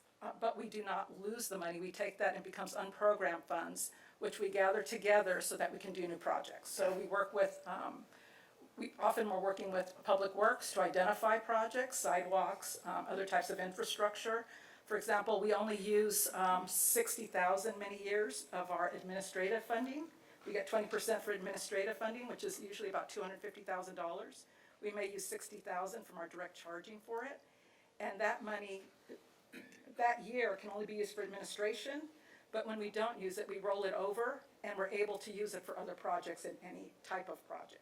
So the money, so if you say we get 175 in one pocket and we only expend 100, that's $75,000 balance. Does that roll into the next fiscal year or does it have to be used in that one fiscal year? We use it and add it to the notice of funding availability. When we, and in November, December, we send out the notice of funding availability. We send it out to developers, we send it out to our community partners, and we send it out to our departments to identify how we can use the funding, what projects that they have, what's the needs are. And by not using it one year, we're able to have a little bit more. But we do have a requirement to not have more than 1.5 of our allocation by April, and we have met that this year. And we're on track to meet it again next year. Okay, and we've had this conversation many times about not reaching our goals in terms of emergency rental assistance programs and foreclosure prevention programs. And I've said it before and I will say it again, if there's anything that we can do to increase marketing, particularly for those who speak English as a second language. 50% of our population speaks English as a second language. So if we're maybe only reaching out and doing marketing to, certain traditional housing organizations, maybe we need to access some untraditional organizations that have reach into communities that may very well need the assistance but have no idea that it exists. And we are required to have it in Spanish and English. So our notices all go out and they're all posted on the website in both languages. Because we have required to have a LEP plan because we have a percentage of our population that's high that is Hispanic. Or any other, so if there was another language that was needed, if we had another demographic, then we would also include that language in whatever we do. And hopefully our new consultant, whenever they come on board, you said that we're retaining a new consultant, that maybe they can identify new strategies to reach communities that have historically not been. It's for the TBRA program. We are looking for that. And yes, we will be doing outreach for that. Okay, great. And what we do is we make sure to reach out to all our senior properties in the city so that we can identify those who are specifically seniors. Okay, and then I think I heard you mention that some of those who sought emergency rental assistance were prohibited from accessing those funds because their landlords refused to provide. Is it, you said the UEI number? Unique entity identifier, which is now required for federal funds. Right. And was that a common occurrence? There's a few, just a few. Just a few. Yeah, most of the landlords have been really good about Yeah. going to the website. We make sure to talk to them, let them know how to get it, tell them how simple it is, make sure that they're not getting on a website that's trying to charge them because it's free to get it's just a number. Yeah. So it replaces the DUNS number. Right, and I'm wondering if maybe, that sounds to me like a good bill to introduce in Sacramento. We've got some folks that work with the legislature. There should be no reason why a landlord withholds that information, and if there's a tenant who needs it and is eligible for it, and the only thing that's stopping them from receiving this emergency rental assistance is the landlord, withholding that information, they should be bound by law to allow folks to access these funds that are readily available. So maybe we could work together moving forward to touch base with some local legislator to carry a bill along those lines. If it's happening here, it's happening everywhere. Thank you. Thank you. Thanks, Sophia. You've taught me a lot of what I come to learn about CBDG funds and the federal funds that you brought to the city for, what was it, 20 years? And Since '96, we've been working with CDBG. yeah, these are such necessary funds that the city has come to rely on to make improvements for our city and for our residents without having to dip into the general fund. Like we've talked about, it's been a challenge sometimes using all of them, and I'm still shocked to this day some of the programs we've had over the past few years. And you'd think you'd have people flooding through the doors and trying to take advantage, but that's not always been the case. There's always room for improvement, but it's so great to see that we're bringing home the bacon, so to speak, from the federal government and accessing those resources. So thank you for year after year making sure we get those funds and knowing how best to use them. Thank you. All right, City Council, thank you. We're going to go ahead and with this item, we're going to open it up for public comments. So ladies, you can have a seat. Do we have any speaker cards for this item? No speaker cards on this item. Okay, we have a speaker. Jason Zink. I just want to bring up that I just want to make sure that there's enough funds to make sure that our seniors don't become homeless by moving out of apartments like my two aunts. I don't want that to ever happen again. And I want to make sure that there's funds there to make sure. I'd also like the city to do a survey of all the seniors and the people that live in the housing in the Corson Park area, and to get some feedback. And I also would like to ask Austin Bishop if he would have a meeting with the seniors, maybe once a year or something like that, to get their feedback, to make sure that they're okay. I want to bring up again that I want free internet and free basic cable for all the seniors that live there and for the disabled vets who live in the complex. I keep hearing that you guys are working on it, but I don't see any action. The other thing about HUD is, well, something else. The Farm Bill's going through the U.S. Congress right now, and that has to do with SNAP benefits. And as we know, people are struggling right now with food. So I'd really like you guys to get on Garcia, to get on Kevin McCarthy, Speaker of the House, and to raise SNAP benefits so people don't have to wait in lines. You know, I heard the lines go all the way around City Hall now. And it's kind of good that it inconveniences you guys, because then you guys really feel the pain of the community. So I want you to lobby hard for SNAP benefits in the ag bill that's going through Congress right now. Thank you for your time. Any other speakers on this item only? Seeing none, I'll close public comments. Moving on to item number 11, new business. Oh, I'm sorry. Guess we have to do that, don't we? All right, do we have a motion?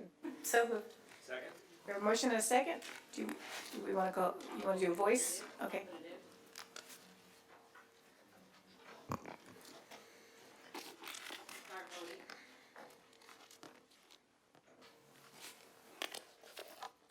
Motion passes with 5 yeses and 0 nos. All right, so now moving on to item number 11, which is new business, 11.1, presentation on Los Angeles Homeless Services Authority homeless count.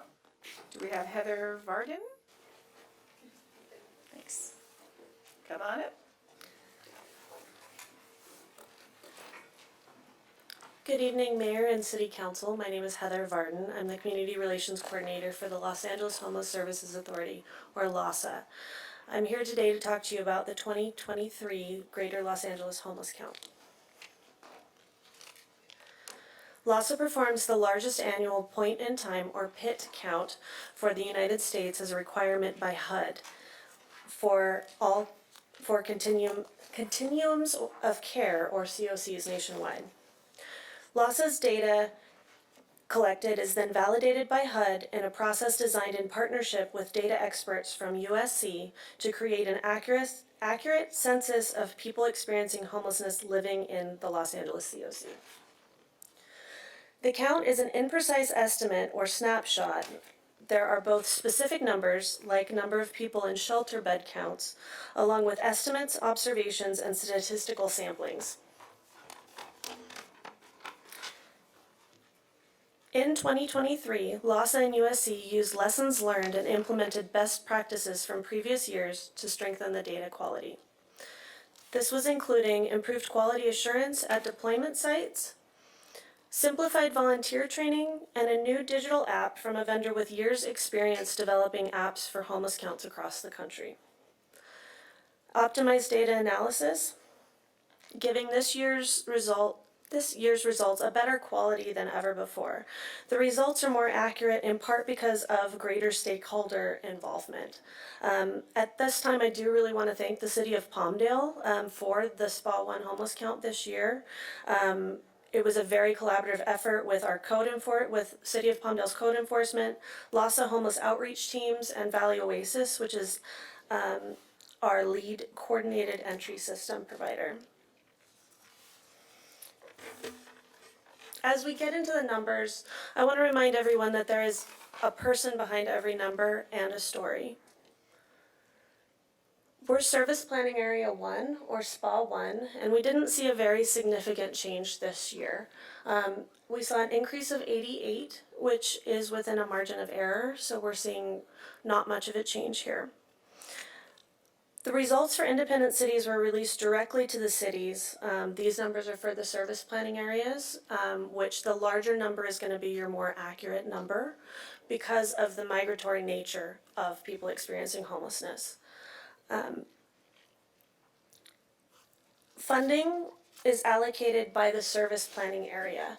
Service Planning Area 1, as you can see on the map, is the largest geographic service planning area in Los Angeles County. And we did complete our homeless count on time, and we were the only SPA to do it this year.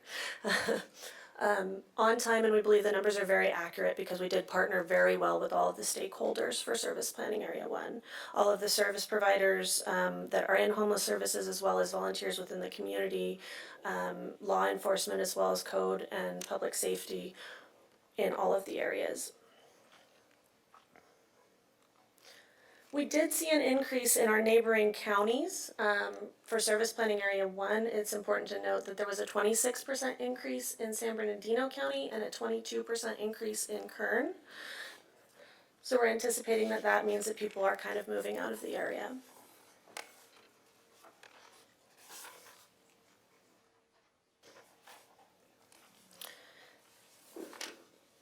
Although the numbers in LA County are rising, the data continues to tell the same story.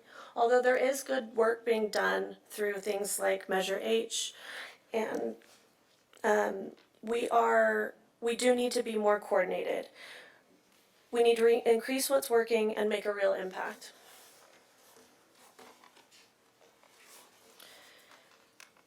One thing we are seeing is that it is starting to take less time to move someone from the streets into interim housing. Interim housing is shelters, transitional housing, different things like that. These are averages, but for adults, the adult population, which is considered 25 years old and older,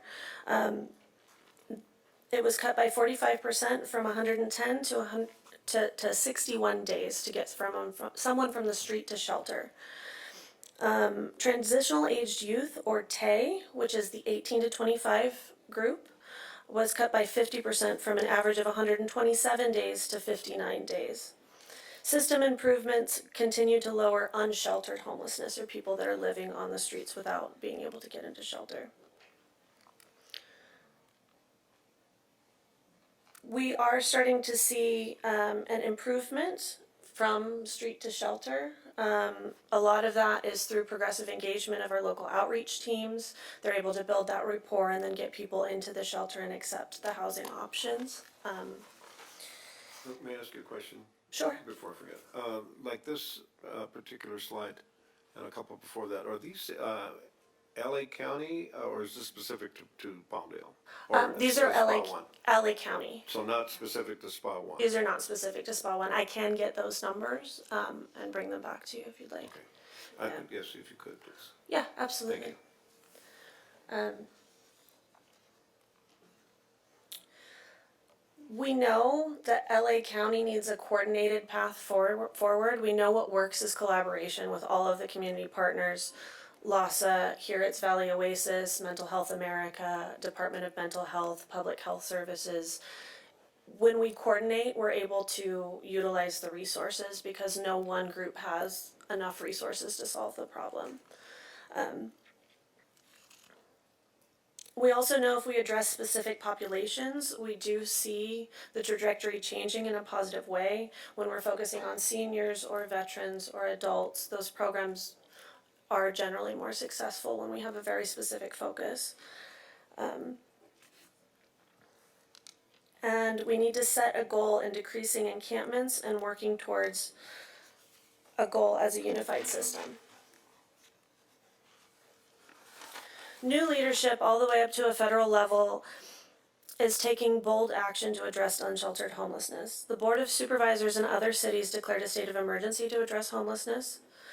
State of California granted dedicated encampment resolution funds to LA County.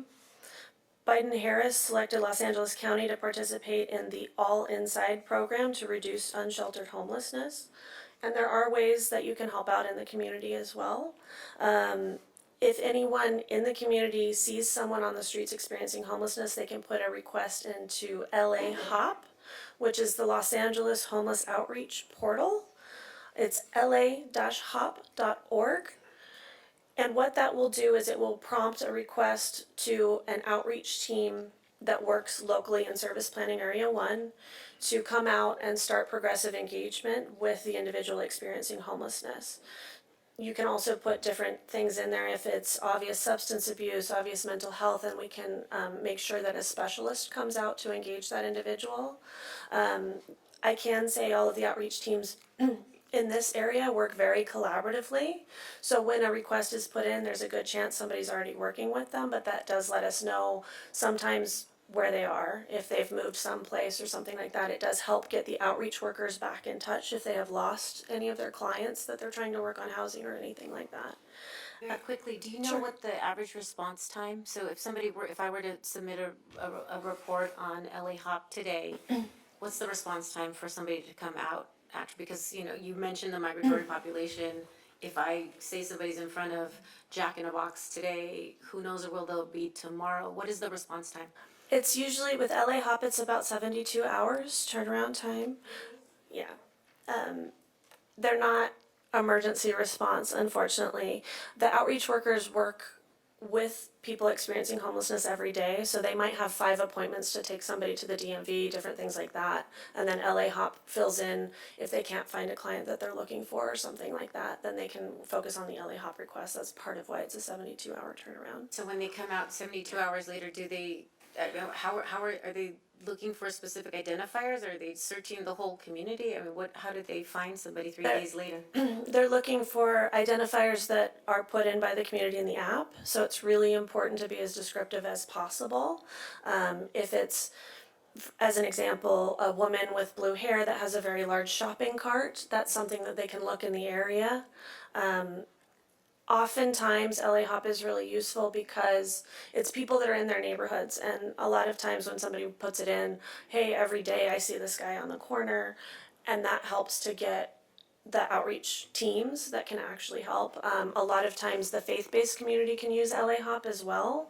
So if somebody comes every Sunday for a sandwich and they're doing soup kitchens or anything like that, then we're able to get them connected to the outreach workers that have the resources for housing options is kind of the idea behind it.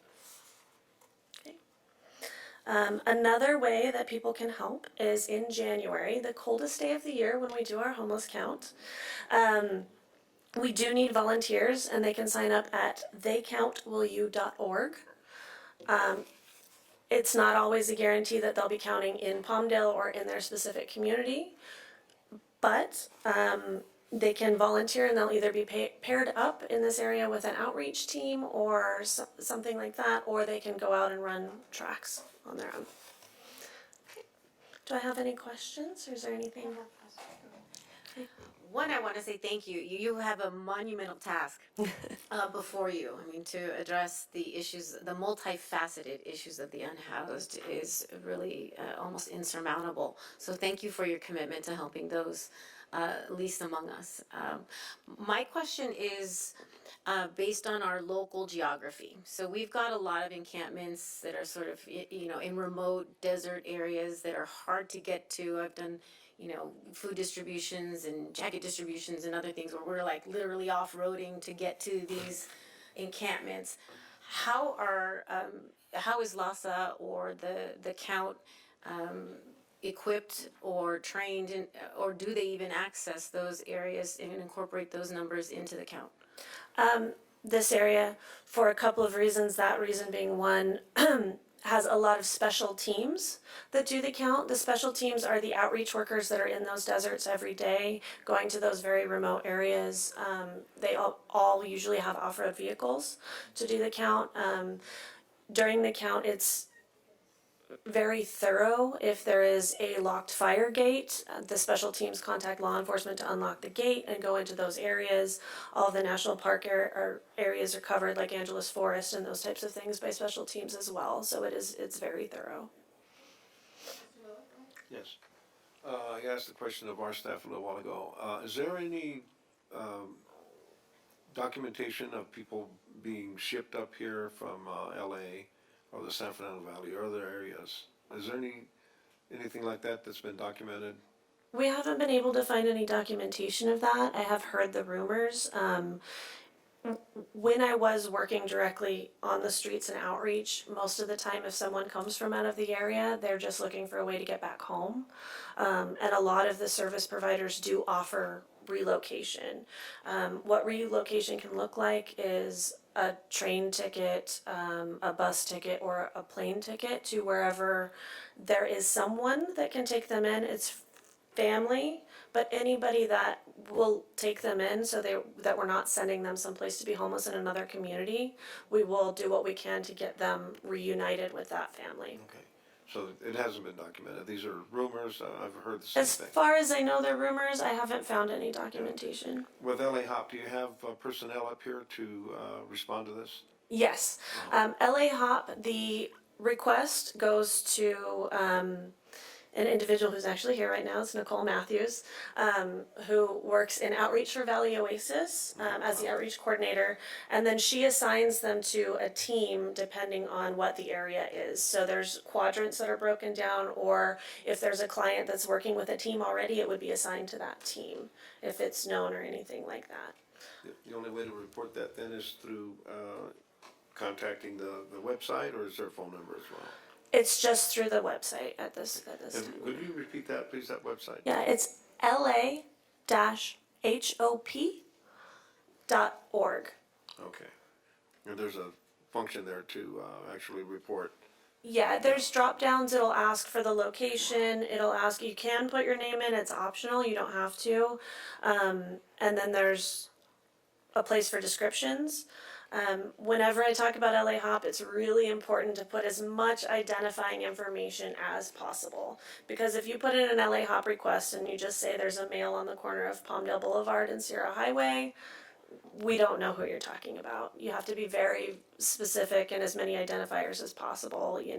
Blue hair, nose ring, tattoos on face, or, has a giant shopping cart, anything that could be identifying. Good, thank you so much. Thank you, Mayor. So is anyone in SPA 1 doing a migration study? And by that I mean to say, many of our homeless are not from here. I know that to be a fact because I get the crime reports, and it will have them coming from places like Torrance or Long Beach or places outside of the Antelope Valley. And I'm wondering why they've chosen to come here if no one's bringing them here. So I was wondering if you guys have any interest in researching what the draw is and why homeless communities move to some locations as opposed to other locations, because that could be very revealing. And I think that we need to make sure that we're funding where the people are moving to and finding out why they're going there. So is anyone doing that kind of research? Just There- saying. There is some of the data available. It's in a very raw state. Our access and engagement and data teams work on that. I can ask for that specific ask and see, what it is. I don't know, the nitty gritty of the raw data. But I know recently there was a study done similar to that. I want to say around 6 months ago about the end of the line Metrolink. And they were able to pull that data through. All of the coordinated entry system teams use HMIS, which is the Homeless Management Information System. So what we can see in there is if they have sought services in any other areas before coming here, and that's kind of how the data is pulled. So we can see, if they got services last night in Skid Row and then were engaged by a homeless outreach worker in Palmdale. We can pull that data and kind of see. It's a little bit hard to track because sometimes they'll be back down there and that type of stuff. Migratory, absolutely. And So- I'm just wondering if maybe they've tried to get services down in other areas and were declined the help or the services, so they've come north to try to get services here. I'm just wondering if someone's doing any research on that to find out what is the draw to come to the Antelope Valley. I can ask the outreach teams. I do have a monthly meeting with them, so I can ask the people that are, doing the direct services, boots on the ground. Because a lot of times that's something that comes up in conversation, like why are you coming to the Antelope Valley? The last time I was doing direct services was a few years ago, but at that time, the major things that were bringing people were some sort of friend or family member, Right. some sort of tie to the community. It might be a loose tie or they got off at the wrong stop and they're trying to get back, that type of stuff. Okay. So, but I can see what it is now. I don't know Okay, thank you. a current answer. I can guarantee they're not coming out here for the weather. No. Well, and especially in the summers and the Yeah. winters, if they This do is a come hard out place here, to live. This yeah, is- yeah. from somewhere else, they're like, what have I gotten That's why we into? believe they're being brought here, because by choice, it just doesn't seem like an And optimal it place seems, to. and it seems like they show up in groups. Yeah. Right. Right? All of a sudden, well, by that I mean to say, I'm kind of familiar with a lot of them, and as I'm coming to work, all of a sudden I'll see 4 and 5 new faces, like, where did they come from? All of a sudden, we've got 4, 5, 6, 7 brand new homeless people that we haven't seen wandering the streets before, and they've just popped up overnight. And then that's where we get the impression that someone has brought them. The way it's Can't prove supposed, the way it's supposed to work in LA County is if they are going to another community, there is a tie to that community and they're not supposed to be homeless there. It's possible sometimes if there's substance abuse. A lot of times if it's better for someone who's experiencing substance abuse to move out of the area they're familiar with to get away from their ties, and so they could be put into a rehab in an area. That's the way it's supposed to work. It's not supposed to be people on the streets being shipped to other areas. It's also very possible that somebody is gifting them bus tickets or train tickets. We've been looking into that on the NCTC, the Transportation Coalition, to see if and how. So, all Okay. part of a bigger discussion. Yeah. Well, I know it's happening because somebody came into my office recently demanding to speak with Herb Wesson.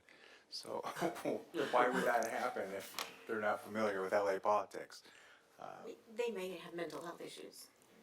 That brings me to my next, let me ask this, when you come to the homeless count numbers, is it just people living out on the street or in a tent, or is this, do you count people that are living in a sofa in a garage or in an RV? If you go down on the way to Roseman, you see a line of RVs, does that count too? This is a complicated answer, but they count tents, makeshift shelters, if they see a person experiencing homelessness, not couch surfing, unless it's in the TAY population. So 18 to 25, they do count couch surfing. These are based on the HUD definitions of homelessness, which is why they count those differently.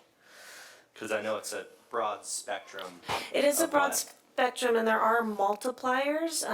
I know that was released to the independent cities in that email. I can bring that back if you'd like it. It gets a little Okay. complicated.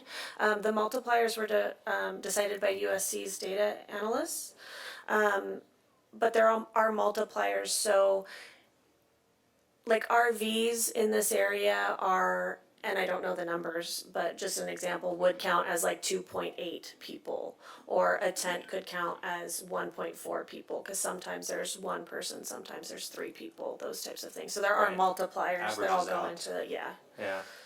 And So- that's based on, after the count, within 10 days of the count, USC comes out and does demographic surveys. So USC comes out, they actually talk to people, they interview them, they get demographics, they ask how many people are in your tent, how many people are in your RV, those types of things, and that's how the multipliers come to be. Yeah, I know this is so complicated because each individual person has their own unique story and situation and how they got there, and there's never going to be a one size fits all solution. So Yeah, and it's- as the cost of housing goes up, the homeless goes up too. So can I ask a question about Spa One? Absolutely. Of the people that have been counted as homeless or unhoused, how many are children 12 and under? I will have to get back to you with that number. Okay. It is available. Okay. It's on LASA.org, but I'll have to get back to you. Yeah, I that don't would be know. really good information to have. So, thank you. 12 and under? I have another question. Yes, go ahead. So the SPA one has a current count of 4,686, and we had 170 encounters for the city of Palmdale. Do you have an idea of what the homeless is actually within the city limits of Palmdale? So all of the raw data from that count was released to City of Palmdale by LASA. I want to say the number, and I'll have to double check it, was around 170 for the people counted in Palmdale on that. So that must mean that there's thousands of people that must be, because I can't imagine that the count in Lancaster is much higher. I mean, I believe it is a little bit higher than ours, but if you count both of those together, we're talking maybe 500 or 600. We saw a significant increase this year in unincorporated areas outside of both of the city limits. Right, so we're talking probably several thousand that would be living outside of the incorporated cities in SPA One. So, I mean, that just illustrates the problem that was identified a little while ago in terms of how do we access those folks and what can we do to help them? So our outreach teams, the people that respond to those LA HOP requests, include more than just LASA. It's LASA, Mental Health America. There's Department of Health Services nurses that go out also and provide some level of street medicine. LA Family Housing is another organization that goes out, and they're out every day engaging people in those areas. They provide things like water to the areas where they're miles away from any kind of services, those types of things, and they're actively engaging people in the deserts every day. To speak to the mental health aspect of it, and I know I've talked to some people from code enforcement that have been working with you guys. They said, unfortunately, some of these people, they don't want help. They don't want to be bothered. They don't want to be questioned or hassled. And even sometimes I've been told that they even have their encampments booby trapped. So have you even seen that to where it's almost dangerous to go in? And these people it's unfortunate. They don't want the help. Have you seen a lot of that out here? So, yes and no.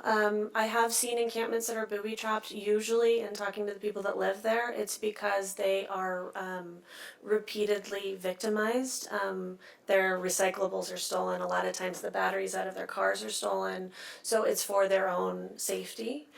Is what I found, especially in my time when I was out on the streets providing the services. That's a big part of it. I don't think that anybody really doesn't want the help, but it's kind of complicated. It takes an outreach worker an average of 10 times to engage someone before they'll build enough rapport, sometimes to even get their name. One of the clients that I worked with specifically, it took me a year to get his name. And I would show up, it was in Palmdale actually. I would show up with a bottle of water every week. I would be told to kick rocks, often in other words. Okay, I'll check on you again next week. And it took a while of just continuing to show up, like, here's another bottle of water, and I have some new socks if you'd like that. Different engagement tools are really what starts the conversation. And it's those relationships that the outreach workers are building with these people, who oftentimes have been promised housing and they're not very trusting anymore, you know, because they've been promised housing so many times and let down. They don't believe, even when the people that do have the resources show up, that they're going to be able to get them into housing. Right. Yeah, I So- thought it was important to note that, you know, these encounters that they have, they're not as smooth as you would think. Right. You know, you have to build trust, like you said, 10 times or a year to go back and convince someone to get the help, or show them like, look, we actually can help you. It's not like, oh, great, you're here to help.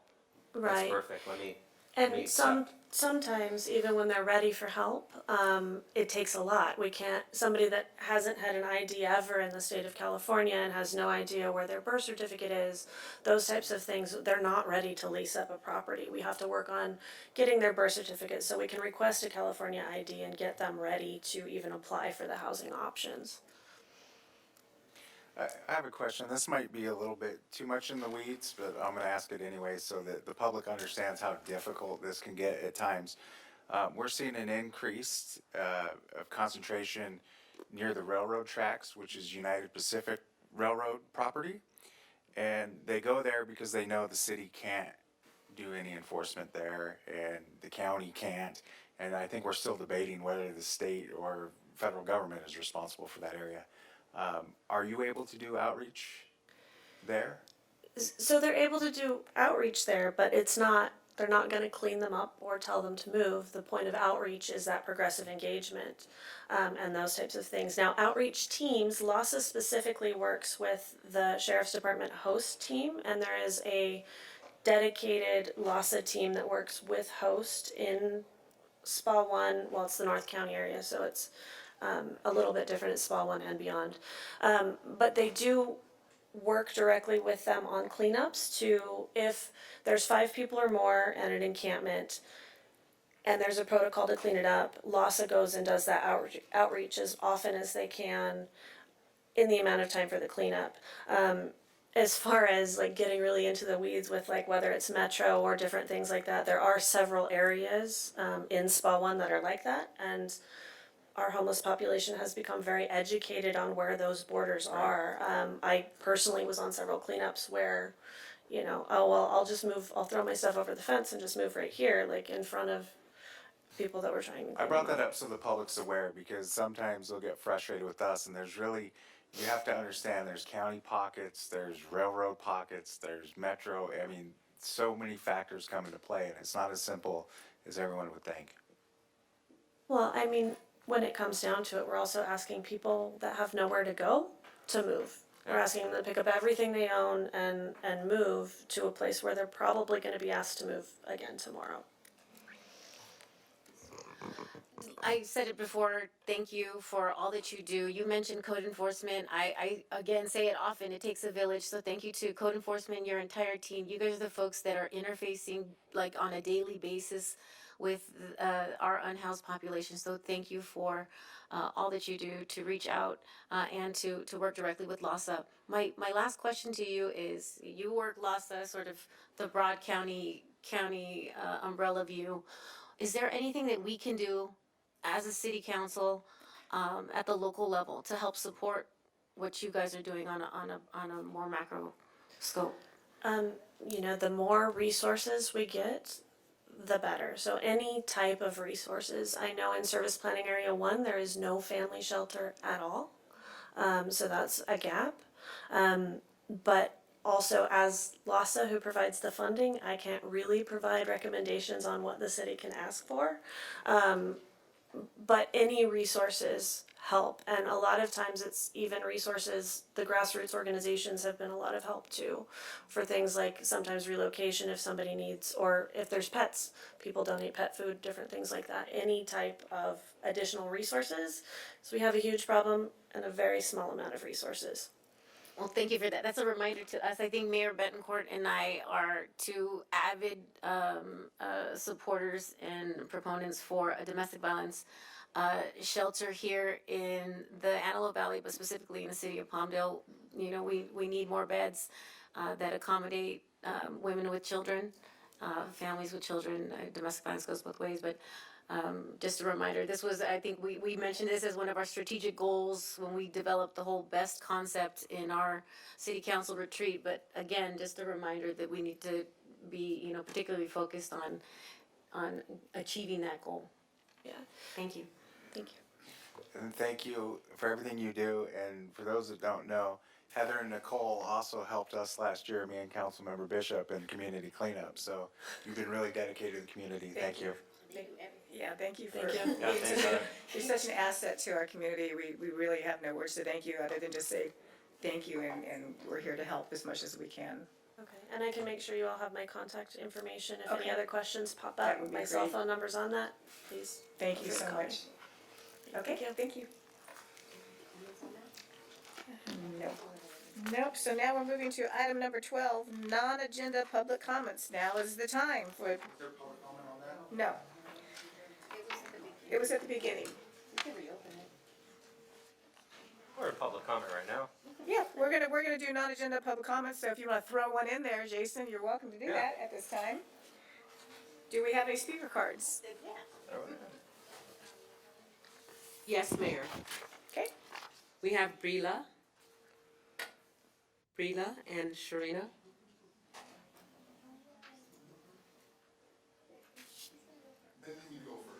Okay. And you? I'm Todd Davis. Okay. I'm the husband of Karen Y. Wilson Davis, the local area coordinator of Toys for Tots.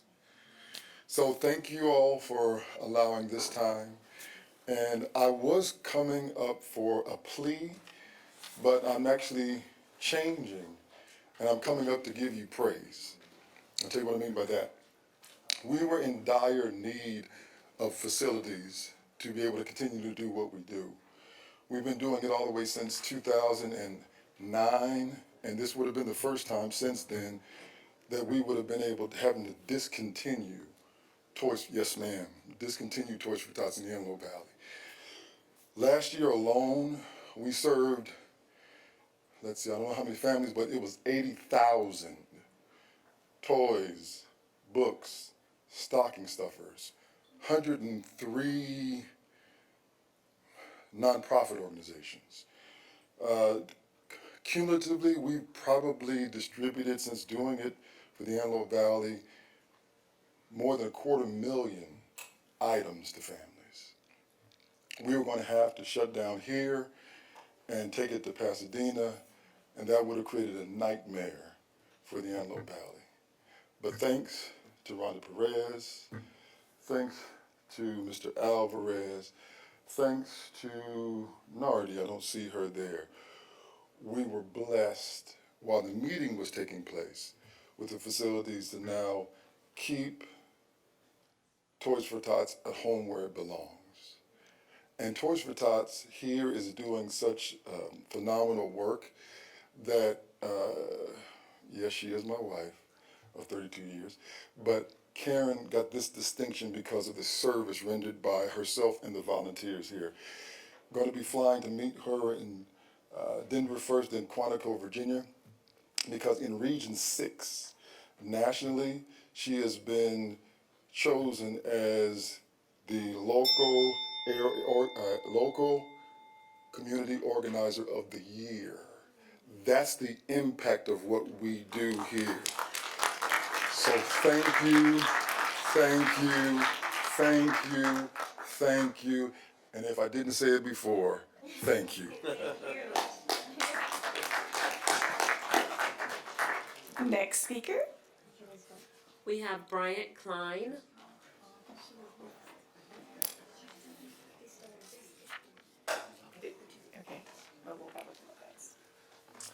Hello, Council. Coming to you once again, another update from the strike line out at the Amazon building at 600 Technology Drive. To Mayor Pro Tem Alarcon, thank you for coming visiting us last month.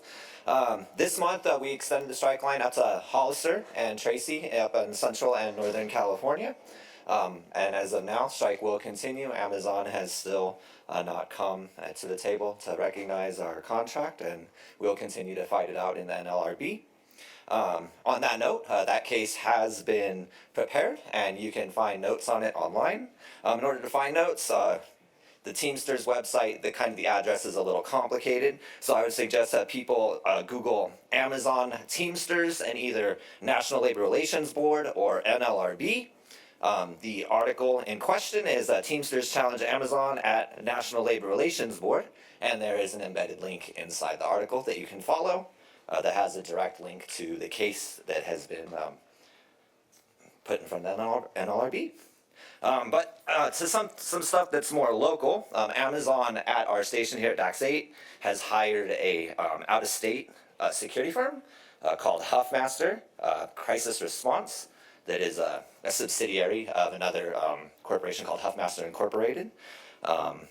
When they came in, it was pretty evident that they were going to try to control the situation by using kind of intimidation through authority and numbers. A few of our people were pushed around. They tried to kind of push through the strike line. One of our members, who is a reserve military member, got kind of trapped between them and one of the Amazon vans and kind of had to push herself out of that situation. So it has been pretty evident that Huffmaster has been present to protect the status quo and intimidate the strikers and the workers that are there, keeping us from being able to talk to the workers that are present, kind of keeping a cushion, if you will, between us and them. That's been what we've been dealing with lately. We just wanted to give you guys an update so you guys understand. If you see a sea of yellow vests out in front of the Amazon building, that is who we are currently kind of clashing with. We would like to thank the sheriff for their quick response to that situation that happened, and we'd like to commend them in their dealing with the situation. Thank you. Thank you, and I want to thank you for coming each month and updating us. Karina and Brila, There we go. Pastor Aaron Duncan, Gigi Speaks.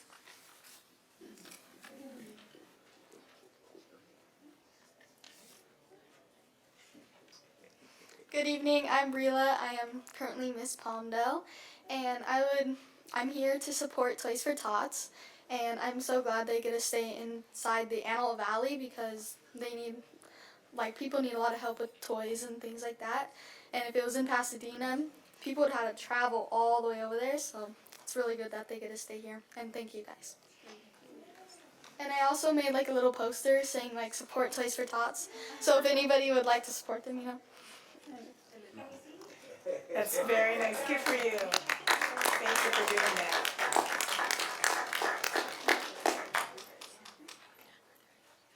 And I've helped them for 3 years now. Oh, congratulations. Good work. Thank you. We see you at many functions around the city, and you're impressive in all of the community outreach you do and in the way you present yourself, so congratulations. Thank you. Hold your poster up so your mom can take your picture. There you go. And now look this way. There you go. An action shot. An action shot. There you go. Thank you. Thank you. Good job, Mom. Okay, next speaker.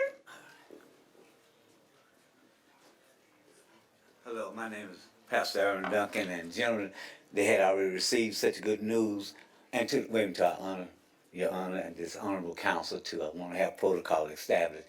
But I do want to say thank you. Also, you're dead on everything y'all doing. The information, my church is across the street from the Metrolink in Lancaster, and they do get sent out here. Because I speak to them, I deal with them a lot. I'm not saying that's all of them, but I know when they're, just like you know when they're new. You know, when they're new, and they'll come up here, but see, when the shelter was right there on Yucca, they used to come to me and and I said, you can't get into the shelter like that. Who told you that?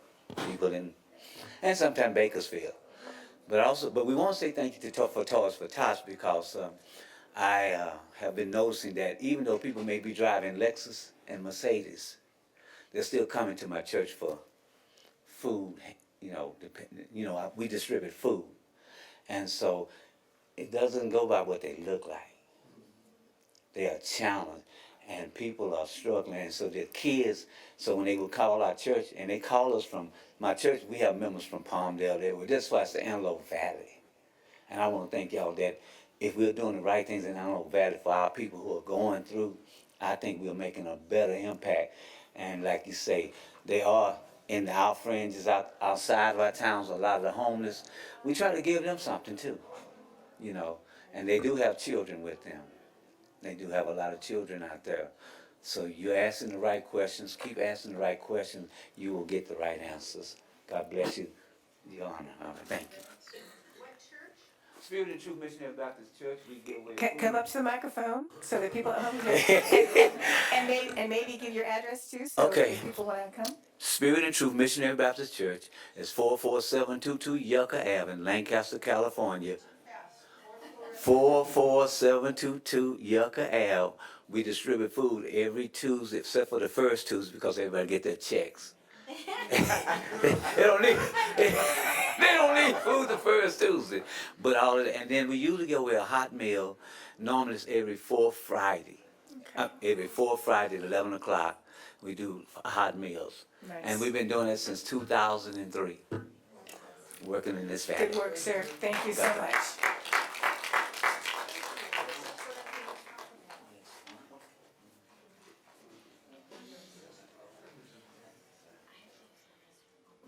So I have two things. Hi, let me say the first one because I'm ADD and I'll forget. Go to Grace Fest. Everybody here go to Grace Fest. It'll be amazing. I'm glad they're talking about homelessness. I'm quoting Mayor Betancourt, if there's a need, we want to meet that need. And then the gentleman that just spoke, this is a list of Grace Resources in Antelope Valley Emergency Food and Meals, and I was very excited to learn about lahop.org. I went a week ago with our homeless outreach from our church, and I have to tell you, my life has been changed. We were delivering 50-gallon water barrels to people, going in trucks, dropping off water, 50 gallons, the big guys, and taking their old ones back. And I've never met such thankful people before. There was not complaints from anybody. The person who runs this ministry is named Joe. He knows a lot of these people. I got the card from the lady that said that they're trying to do the outreach because he might be a good person to speak to. He knows a lot of them from whatever he did in the past.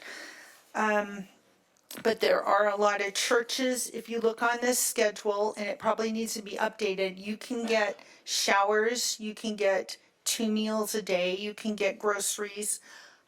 There's free clothing, family visitation, client services, and if we can hook them up with LA Hop. Oh, and this is the reason I'm ADD. My thought was, and they do this in Santa Clarita, is there's 5 pickup points, and a bus goes and picks up the people that need transportation and gets them to these specific areas where they're having food or clothing distribution or whatever. It worked in Santa Clarita. They did it for many years. I'm not in Santa Clarita anymore.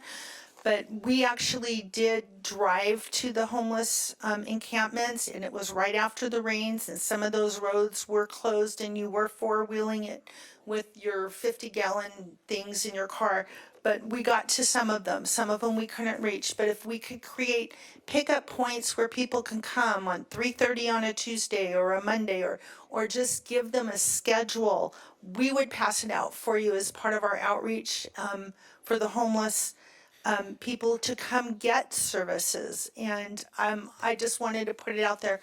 Rather than building, let's build on what we already have and work on transportation to get people there. Thank you for what you're doing. Thank you. What a great idea. Palmdale Food Park, Jason Zink.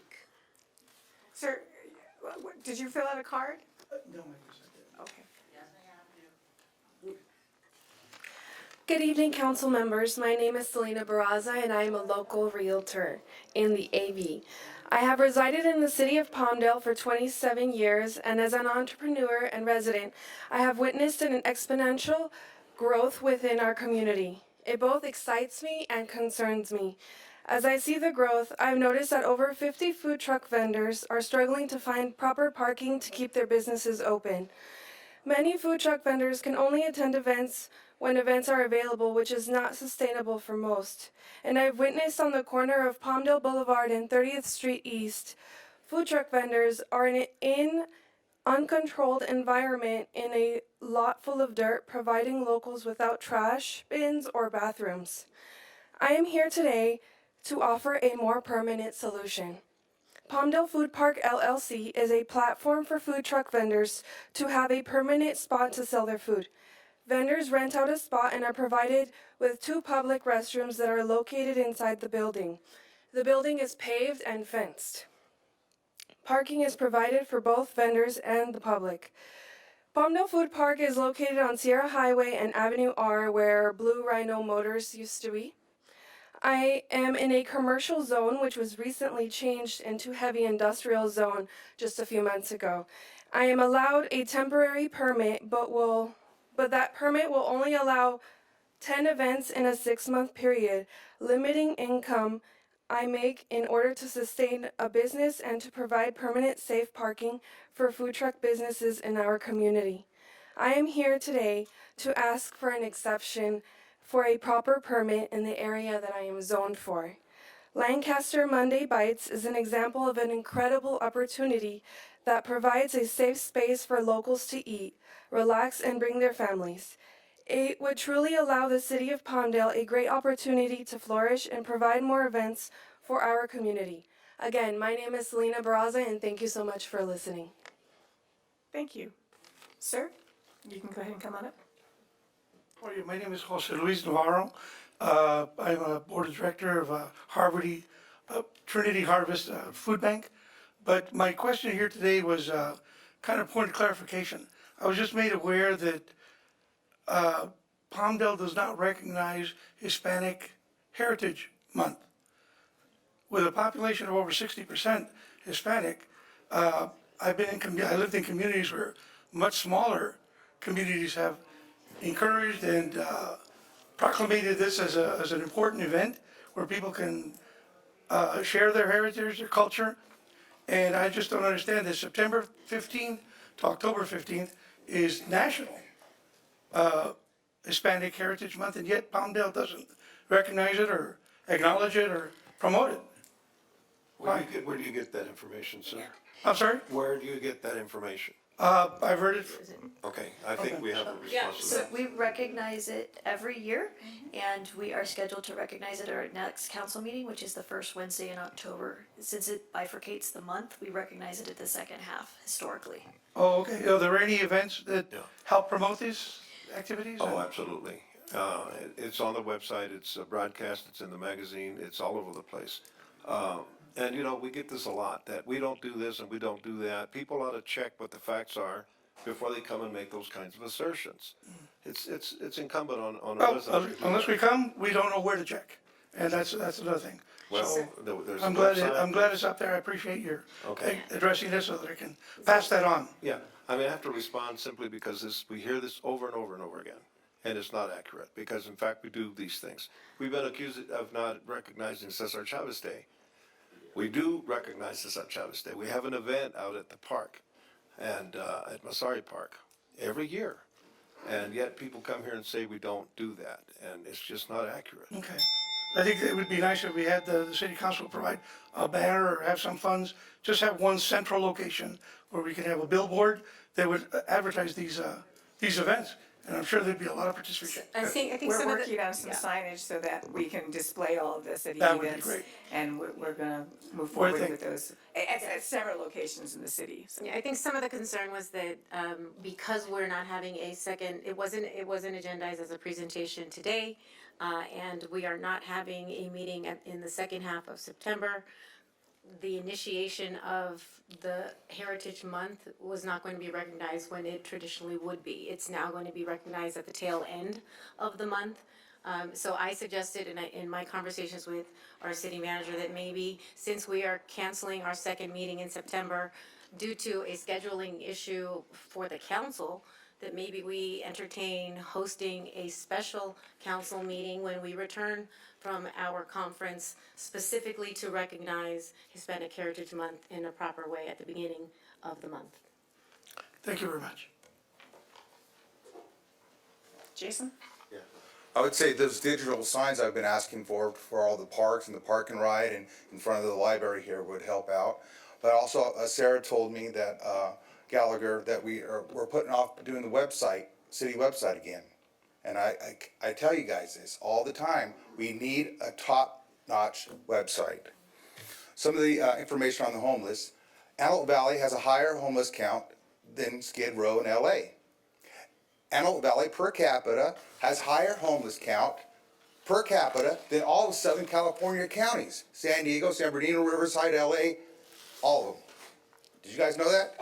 This is why I've always asked for a HUD district for Antelope Valley, separate from LA, so we get all our money, all our fair share, so we can take care of people. Now you guys say if we build, they will come. They're already here. I will tell you this, it's a good question to ask them to find out where they're from and stuff like that. But the GR office, it says, are you homeless? Why don't they collect that data? Okay, so let me go to the next thing.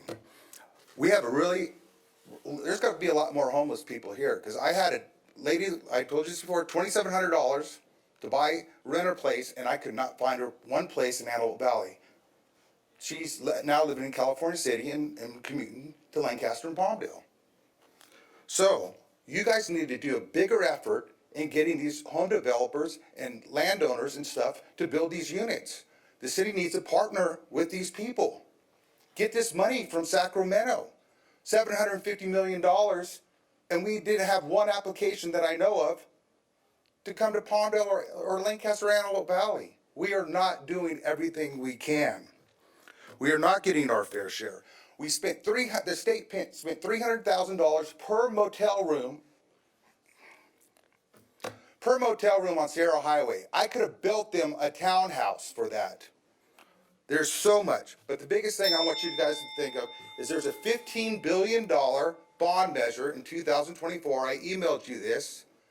There's not one line item in it for Antelope Valley region. Out of $15 billion, not one line item. And Wilk and Lackey voted no, and they won't participate. So because of them, we get zero. Because of that stupid Republican thing of don't believe in climate change. Who cares if it passes by all of California? Don't we want to get something out of it? That's all I'm saying. Jason, Please. I have a question for you. Sure. Where did you get this information about the statistics comparing downtown LA? Yeah, I did it myself. Okay, you're talking about downtown, right? Yes, Skid Row. That's, that one The is spot last 4, count. that's spot 4. The population of homeless there is 18,531. Do you know what the population of that area is? It's 55,000. So the per capita comparison I will show you. is I will show hugely you. out of line. Yeah, What you just stated. No, I will show you the data. Gentlemen, I perhaps will. you can have a sidebar. No, I want you guys to, I've sent you this information before, but I want you guys to realize it, because these are our talking points in order to get us the resources. And you gotta get on Tom Lackey and Wilk. We're losing. I'm tired of losing. I wanna be a winner for Antelope Valley. We don't have a conservation district, we don't have a Job Corps, we're losing millions of dollars. You guys gotta put these people's foot down. They're the biggest welfare collectors in Antelope Valley, as far as I'm concerned, because what do they do for us? They're getting a $100,000 check to sit up in Sacramento and do nothing? Thank you for your time, but please look at my emails and I will send you that information. Thank you. Marcia, come on up. And thank you for your words earlier. That was very kind. In a month or two, the council agenda will once again have the rotation of our ceremonial mayor on it. You will receive the report concerning the expensive survey and have the determination that its outcome has absolutely nothing to do with the matter at hand, the rotation sequence. District 3 now sits in the center seat, determined by a draw. If common sense prevails, in December, District 4 should take the ceremonial center seat with District 5 in the mayor pro tem position. It's very simple. Doesn't require back and forth discussion. Just get it done.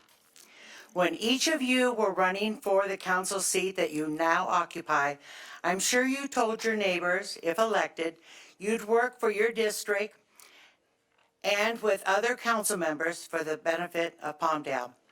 When your district's rotation comes up for mayor, it's your responsibility to put your district in the middle chair, highlighting the promises you made to your voters. To finish up, a reminder that November 11th is right around the corner. A service to be held in Palmdale is of the utmost importance, and I, as a veteran, expect it. Thank you. Thank you, Marcia.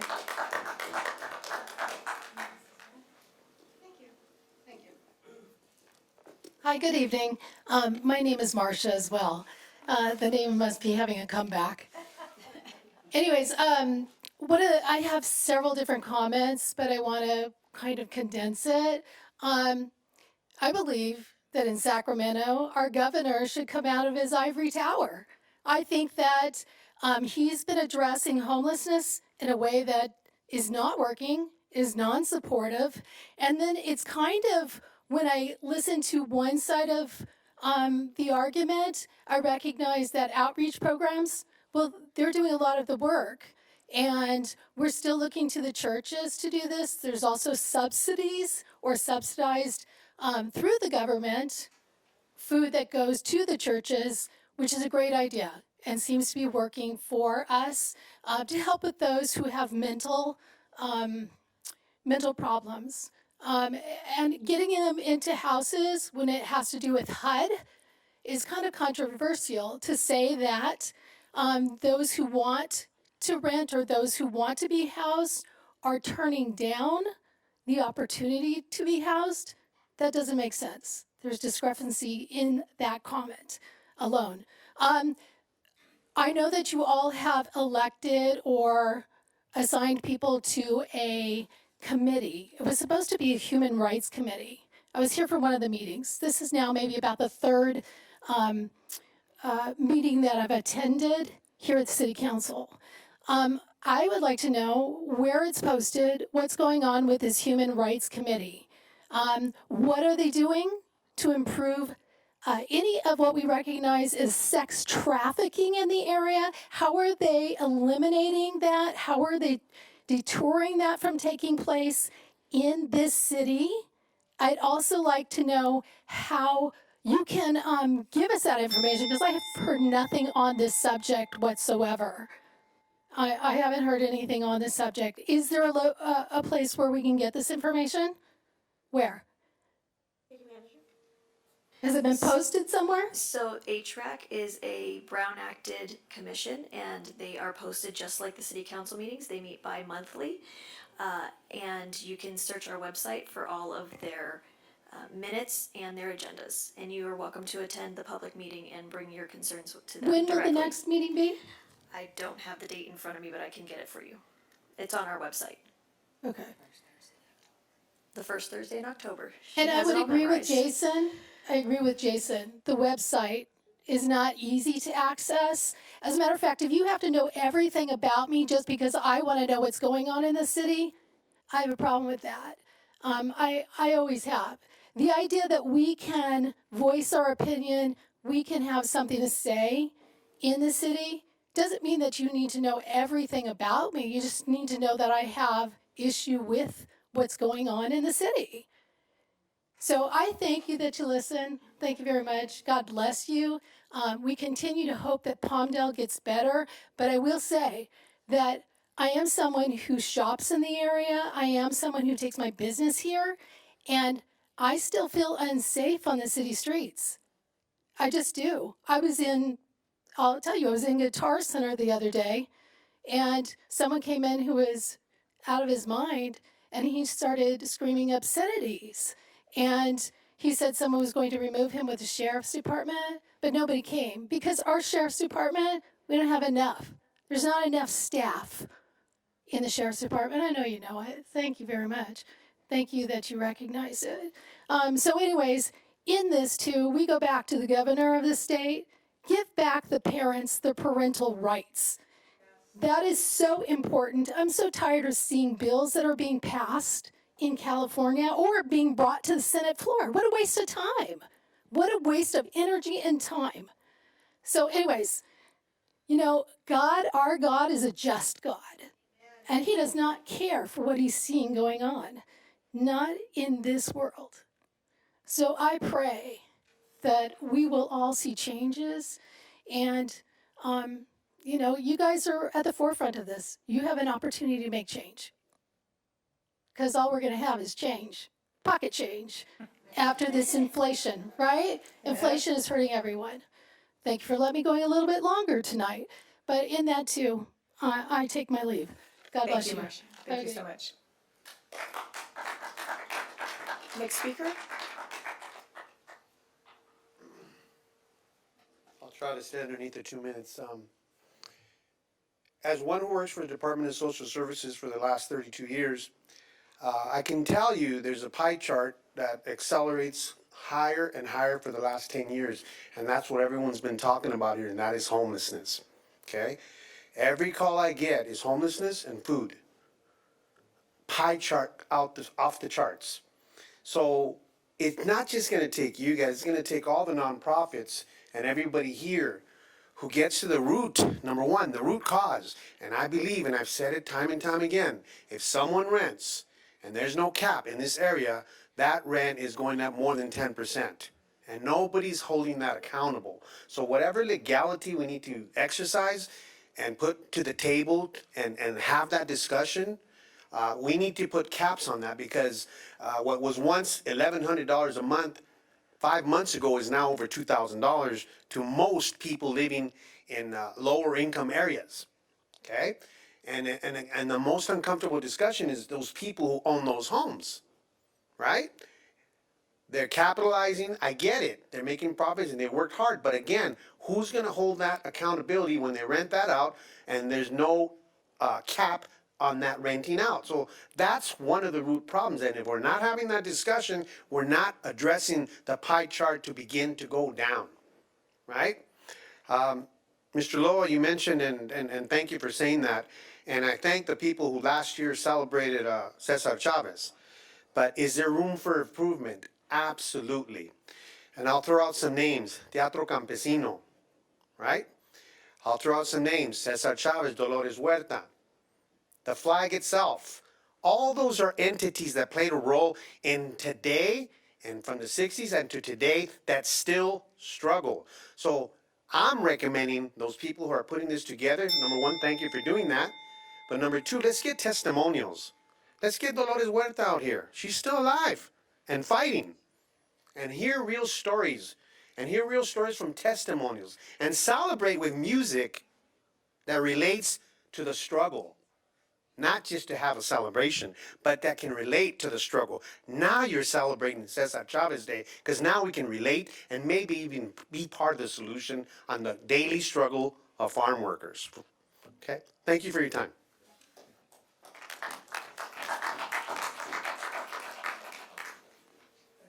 Next speaker.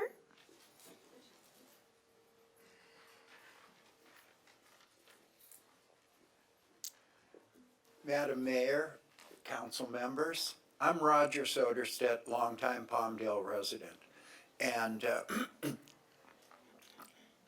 it was abundantly clear hearing the speaking about homelessness that we're not fixing the problem.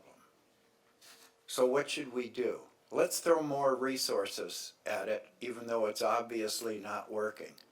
Am I the only one who sees this? Okay, I don't know what the solution is, but it's abundantly clear that we haven't found it. We're not fixing the problem. So I don't know. I would ask that people think about, well, is there another solution? Is there something else we can try? Because this isn't working. Thank you very much. Thank you. Any other speakers? Oh, one more, sorry. Good evening, Mayor and council members. I'll briefly touch on the homelessness. I just pulled this up on Indeed.com, and when you have the Director of Homeless Services in LA County, annual salary of $85,000 to $100,000 a year, Senior Director of Outreach Homeless Services, annual salary $100,000 to $110,000 a year. You can't solve the homelessness problem when people are bringing in that kind of money, because if they solve it, guess what? They're out $100,000 a year. Simple as that. We can do a lot of things. Yes, talk to the county and get another shelter built out here as far as mental health. I was a resident of Acton Rehab, also known as Warm Springs, about 2011. And I took that very seriously. I did a 90-day program. I've been sober ever since. And they shut that program down. LA County shut it down. And that's not only for drug rehabilitation, alcoholics, it's also for, mental health and things like that. My main issue, though, is some expenditures for one of our council members. I'm not too sure what the CCCA conference is that occurred on Sunday, May 21st, but there is a lift ride to a casino entrance at 12:47 in the morning. $100 membership fee to the Dolores Hortez Foundation. And this is for Miss Andrea Alarcon. So if she's a member of the Dolores Hortez Foundation, which I'm not sure if that's what that $100 was for, doesn't that make any city business discussed with her foundation create a conflict of interest? As does her recusals with anything associated with BYD. There's a 2 a.m. lift ride for CCCA conference on Sunday, May 22nd. July 7th, a 2 a.m. lift ride. July 12th, a 12 a.m. lift ride. I am interested to know what kind of city business is conducted during the witching hours. Which brings me to my next concern. On August 18th, Ms. Alacon's actions again created a public disturbance where she barged into and interrupted a state assemblyman's meeting. Yet again, her drunken behaviors occurred with police involvement, which yet again makes me dislike this type of person representing my city. It seems continuously she cannot conduct herself well. So when are we going to discuss the city's code of conduct again? Hopefully you take my recommendation of harsher repercussions for one's behavior, maybe like removing them from any boards that they may sit on. I am truly appalled from her continuous behavior in her short time on the council. I am also concerned for her well-being, and I hope you seek a form of recovery assistance. Thank you. Next speaker. Jesus Gutierrez. I wasn't really going to talk. I had Brian talk regarding the strike, but I saw the matter of today was a lot about homeless, So it made me think, finding the certain roots to the problems. And I believe one of the roots of the problems is these corporations are not paying reasonable wages. They're paying poverty wages. Or they're able to, buy their yachts, their boats, or whatever, without us, the working class, maybe us, the generation has, a better lifestyle, be able to pay affordable rent, That's just my input on that right now at the moment, since I see that I don't want to be homeless, to tell you the truth, I don't want to be out there in the streets, but that's what we're fighting here, and we have to hold these corporations accountable, because they're making billions, trillions of dollars at the moment right now. So they're spending their monies on going on spaceships and other stuff where they could actually do better things with that and provide better for this generation out here, the economy, instead of hoarding all the money, So that's one of my point of view that I saw today. So I appreciate this meeting. I appreciate the sheriffs. They've been, working with everybody, and we're trying to find a solution. And hopefully, like she said, inflation is getting everybody, so we got to find something and all work together and figure something out. All right? Thank you and have a great night. Thank you.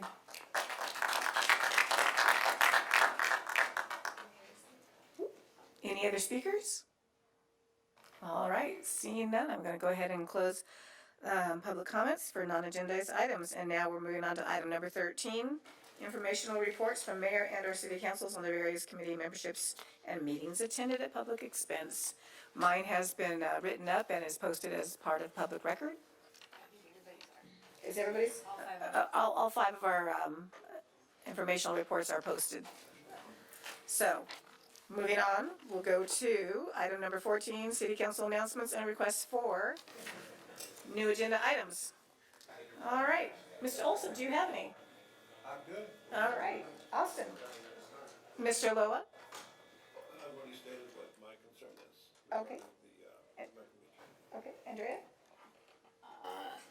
A couple of things. One, I just want to note, I've mentioned it before, but I had the opportunity to listen to the CEO of Metrolink, who has announced that we will be having additional lines more frequent on our Antelope Valley line starting next month in October. They are going to be more frequent as hourly trains, but they're also going to be leaving earlier and coming back later, starting as early as 4 a.m. and returning as late as 11 p.m. So that's a huge increase in service to our community, and I just want to make sure that everybody is aware of those increased service lines. So thank you to Metrolink for providing those resources to our community. I also wanted to note that September is Childhood Cancer Awareness Month, and because we're not having a second meeting in September, I was hoping to do a full proclamation to declare September Childhood Cancer Awareness Month, but I am going to host an event at a local salon. I'm going to be cutting my hair, donating 10 inches of my hair to Locks of Love, which will then utilize my hair to create a wig for a child who is a warrior and fighting the battle of cancer. So I want to support. I just want to.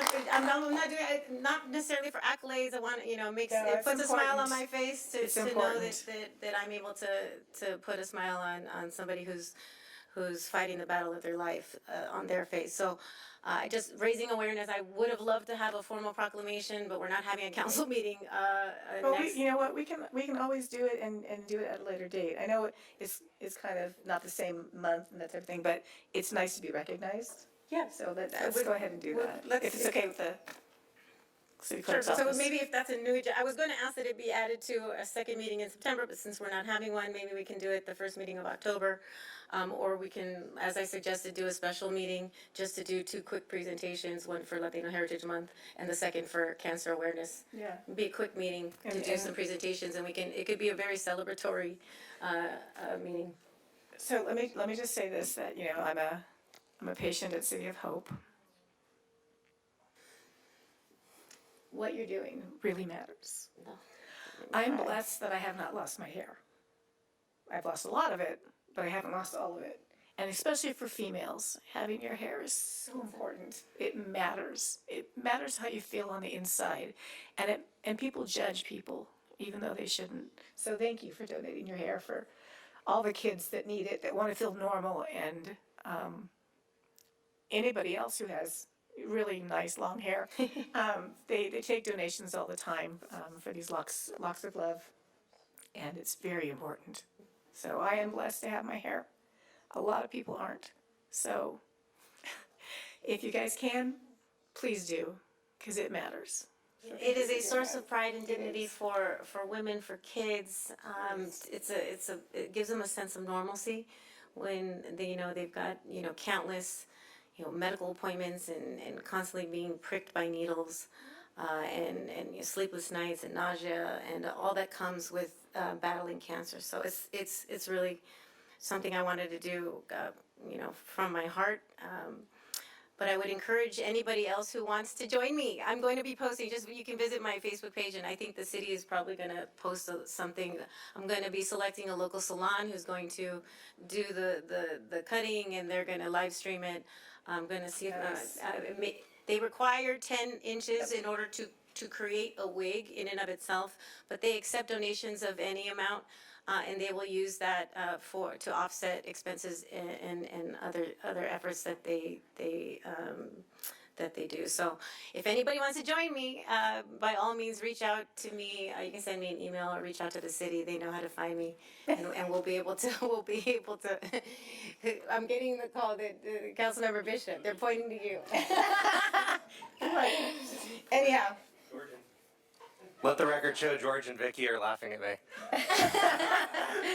Anyhow, thank you guys. I look forward to seeing you guys at the Nice. salon. Okay. All right, moving on to number 15, the city manager's report. Mayor and council, between now and the last meeting that we had the opening of the ninth annual Generations Jury Art Contests, and that was actually highly successful. The most entries we've ever received, 221 entries by 91 local and regional artists. They're on display at the Playhouse through October 6th. Palmdale Partners Academy kicked off last week. 25 people enrolled. We've been doing that program since 2007. It's a way to create partnerships and support for the organization, and also an educational campaign, so people understand exactly how everything works and how they can get involved. So happy to be hosting that again. We do have Grace Fest, as mentioned earlier this evening, on the 8th and 9th this weekend. Kiwanis Duck Race will be happening this Friday, September 8th at Dry Town. We have the Fallen Heroes Memorial Remembrance Ceremony at the mall on Monday at 9 a.m. And the Fair and Alfalfa Festival, September 22nd through October 1st. And then we've also extended some additional programming this year for movie nights at the amphitheater for Halloween. We're featuring 2 different movies coming up in the next month. Also this month, we did receive our award in the Earl F. Sayre Excellence in Safety Award. This was in the large member category, and this really speaks volumes to our new safety program that we've established just in the last year and our record of safety. I think it talks and speaks a lot about how hard our staff works to make sure that we do things in a safe and productive manner. We've also are excited to announce the grand opening of Ceviche. Many of you were there last Friday. It's a beautiful restaurant in the Home Depot Marketplace, I guess is how most people will be able to identify it, off of Rancho Vista Boulevard. Used to be the Hometown Buffet, I remember, yes.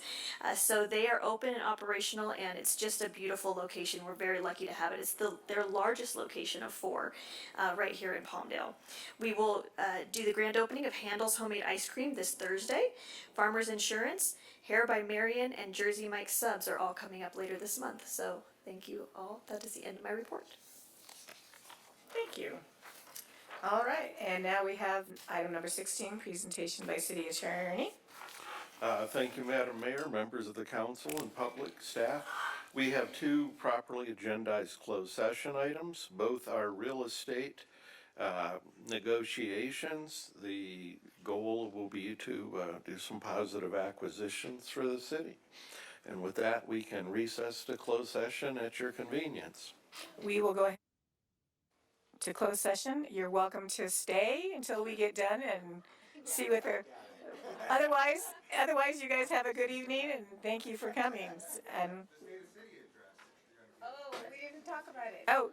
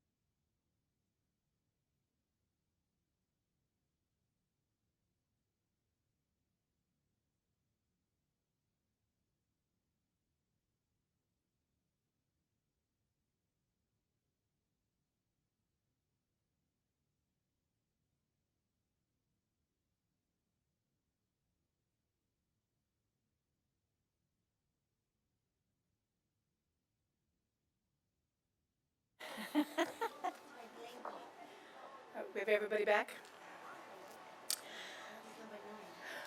Okay. All right, so now we are at item number 17, an announcement by the city attorney. We had two closed session items, both properly agendized. The council was updated, gave direction, but no reportable actions occurred at this time. Great, thank you. Before we adjourn the meeting, I just want to remind people that we do have a State of the City coming up on September 13th at 11. If anybody wants to attend that, tickets are still available for purchase. And with that, we're going to adjourn this meeting to the next meeting, which will be October 4th at 5 p.m. here in the City Council chambers. Good night, everybody. This meeting is adjourned.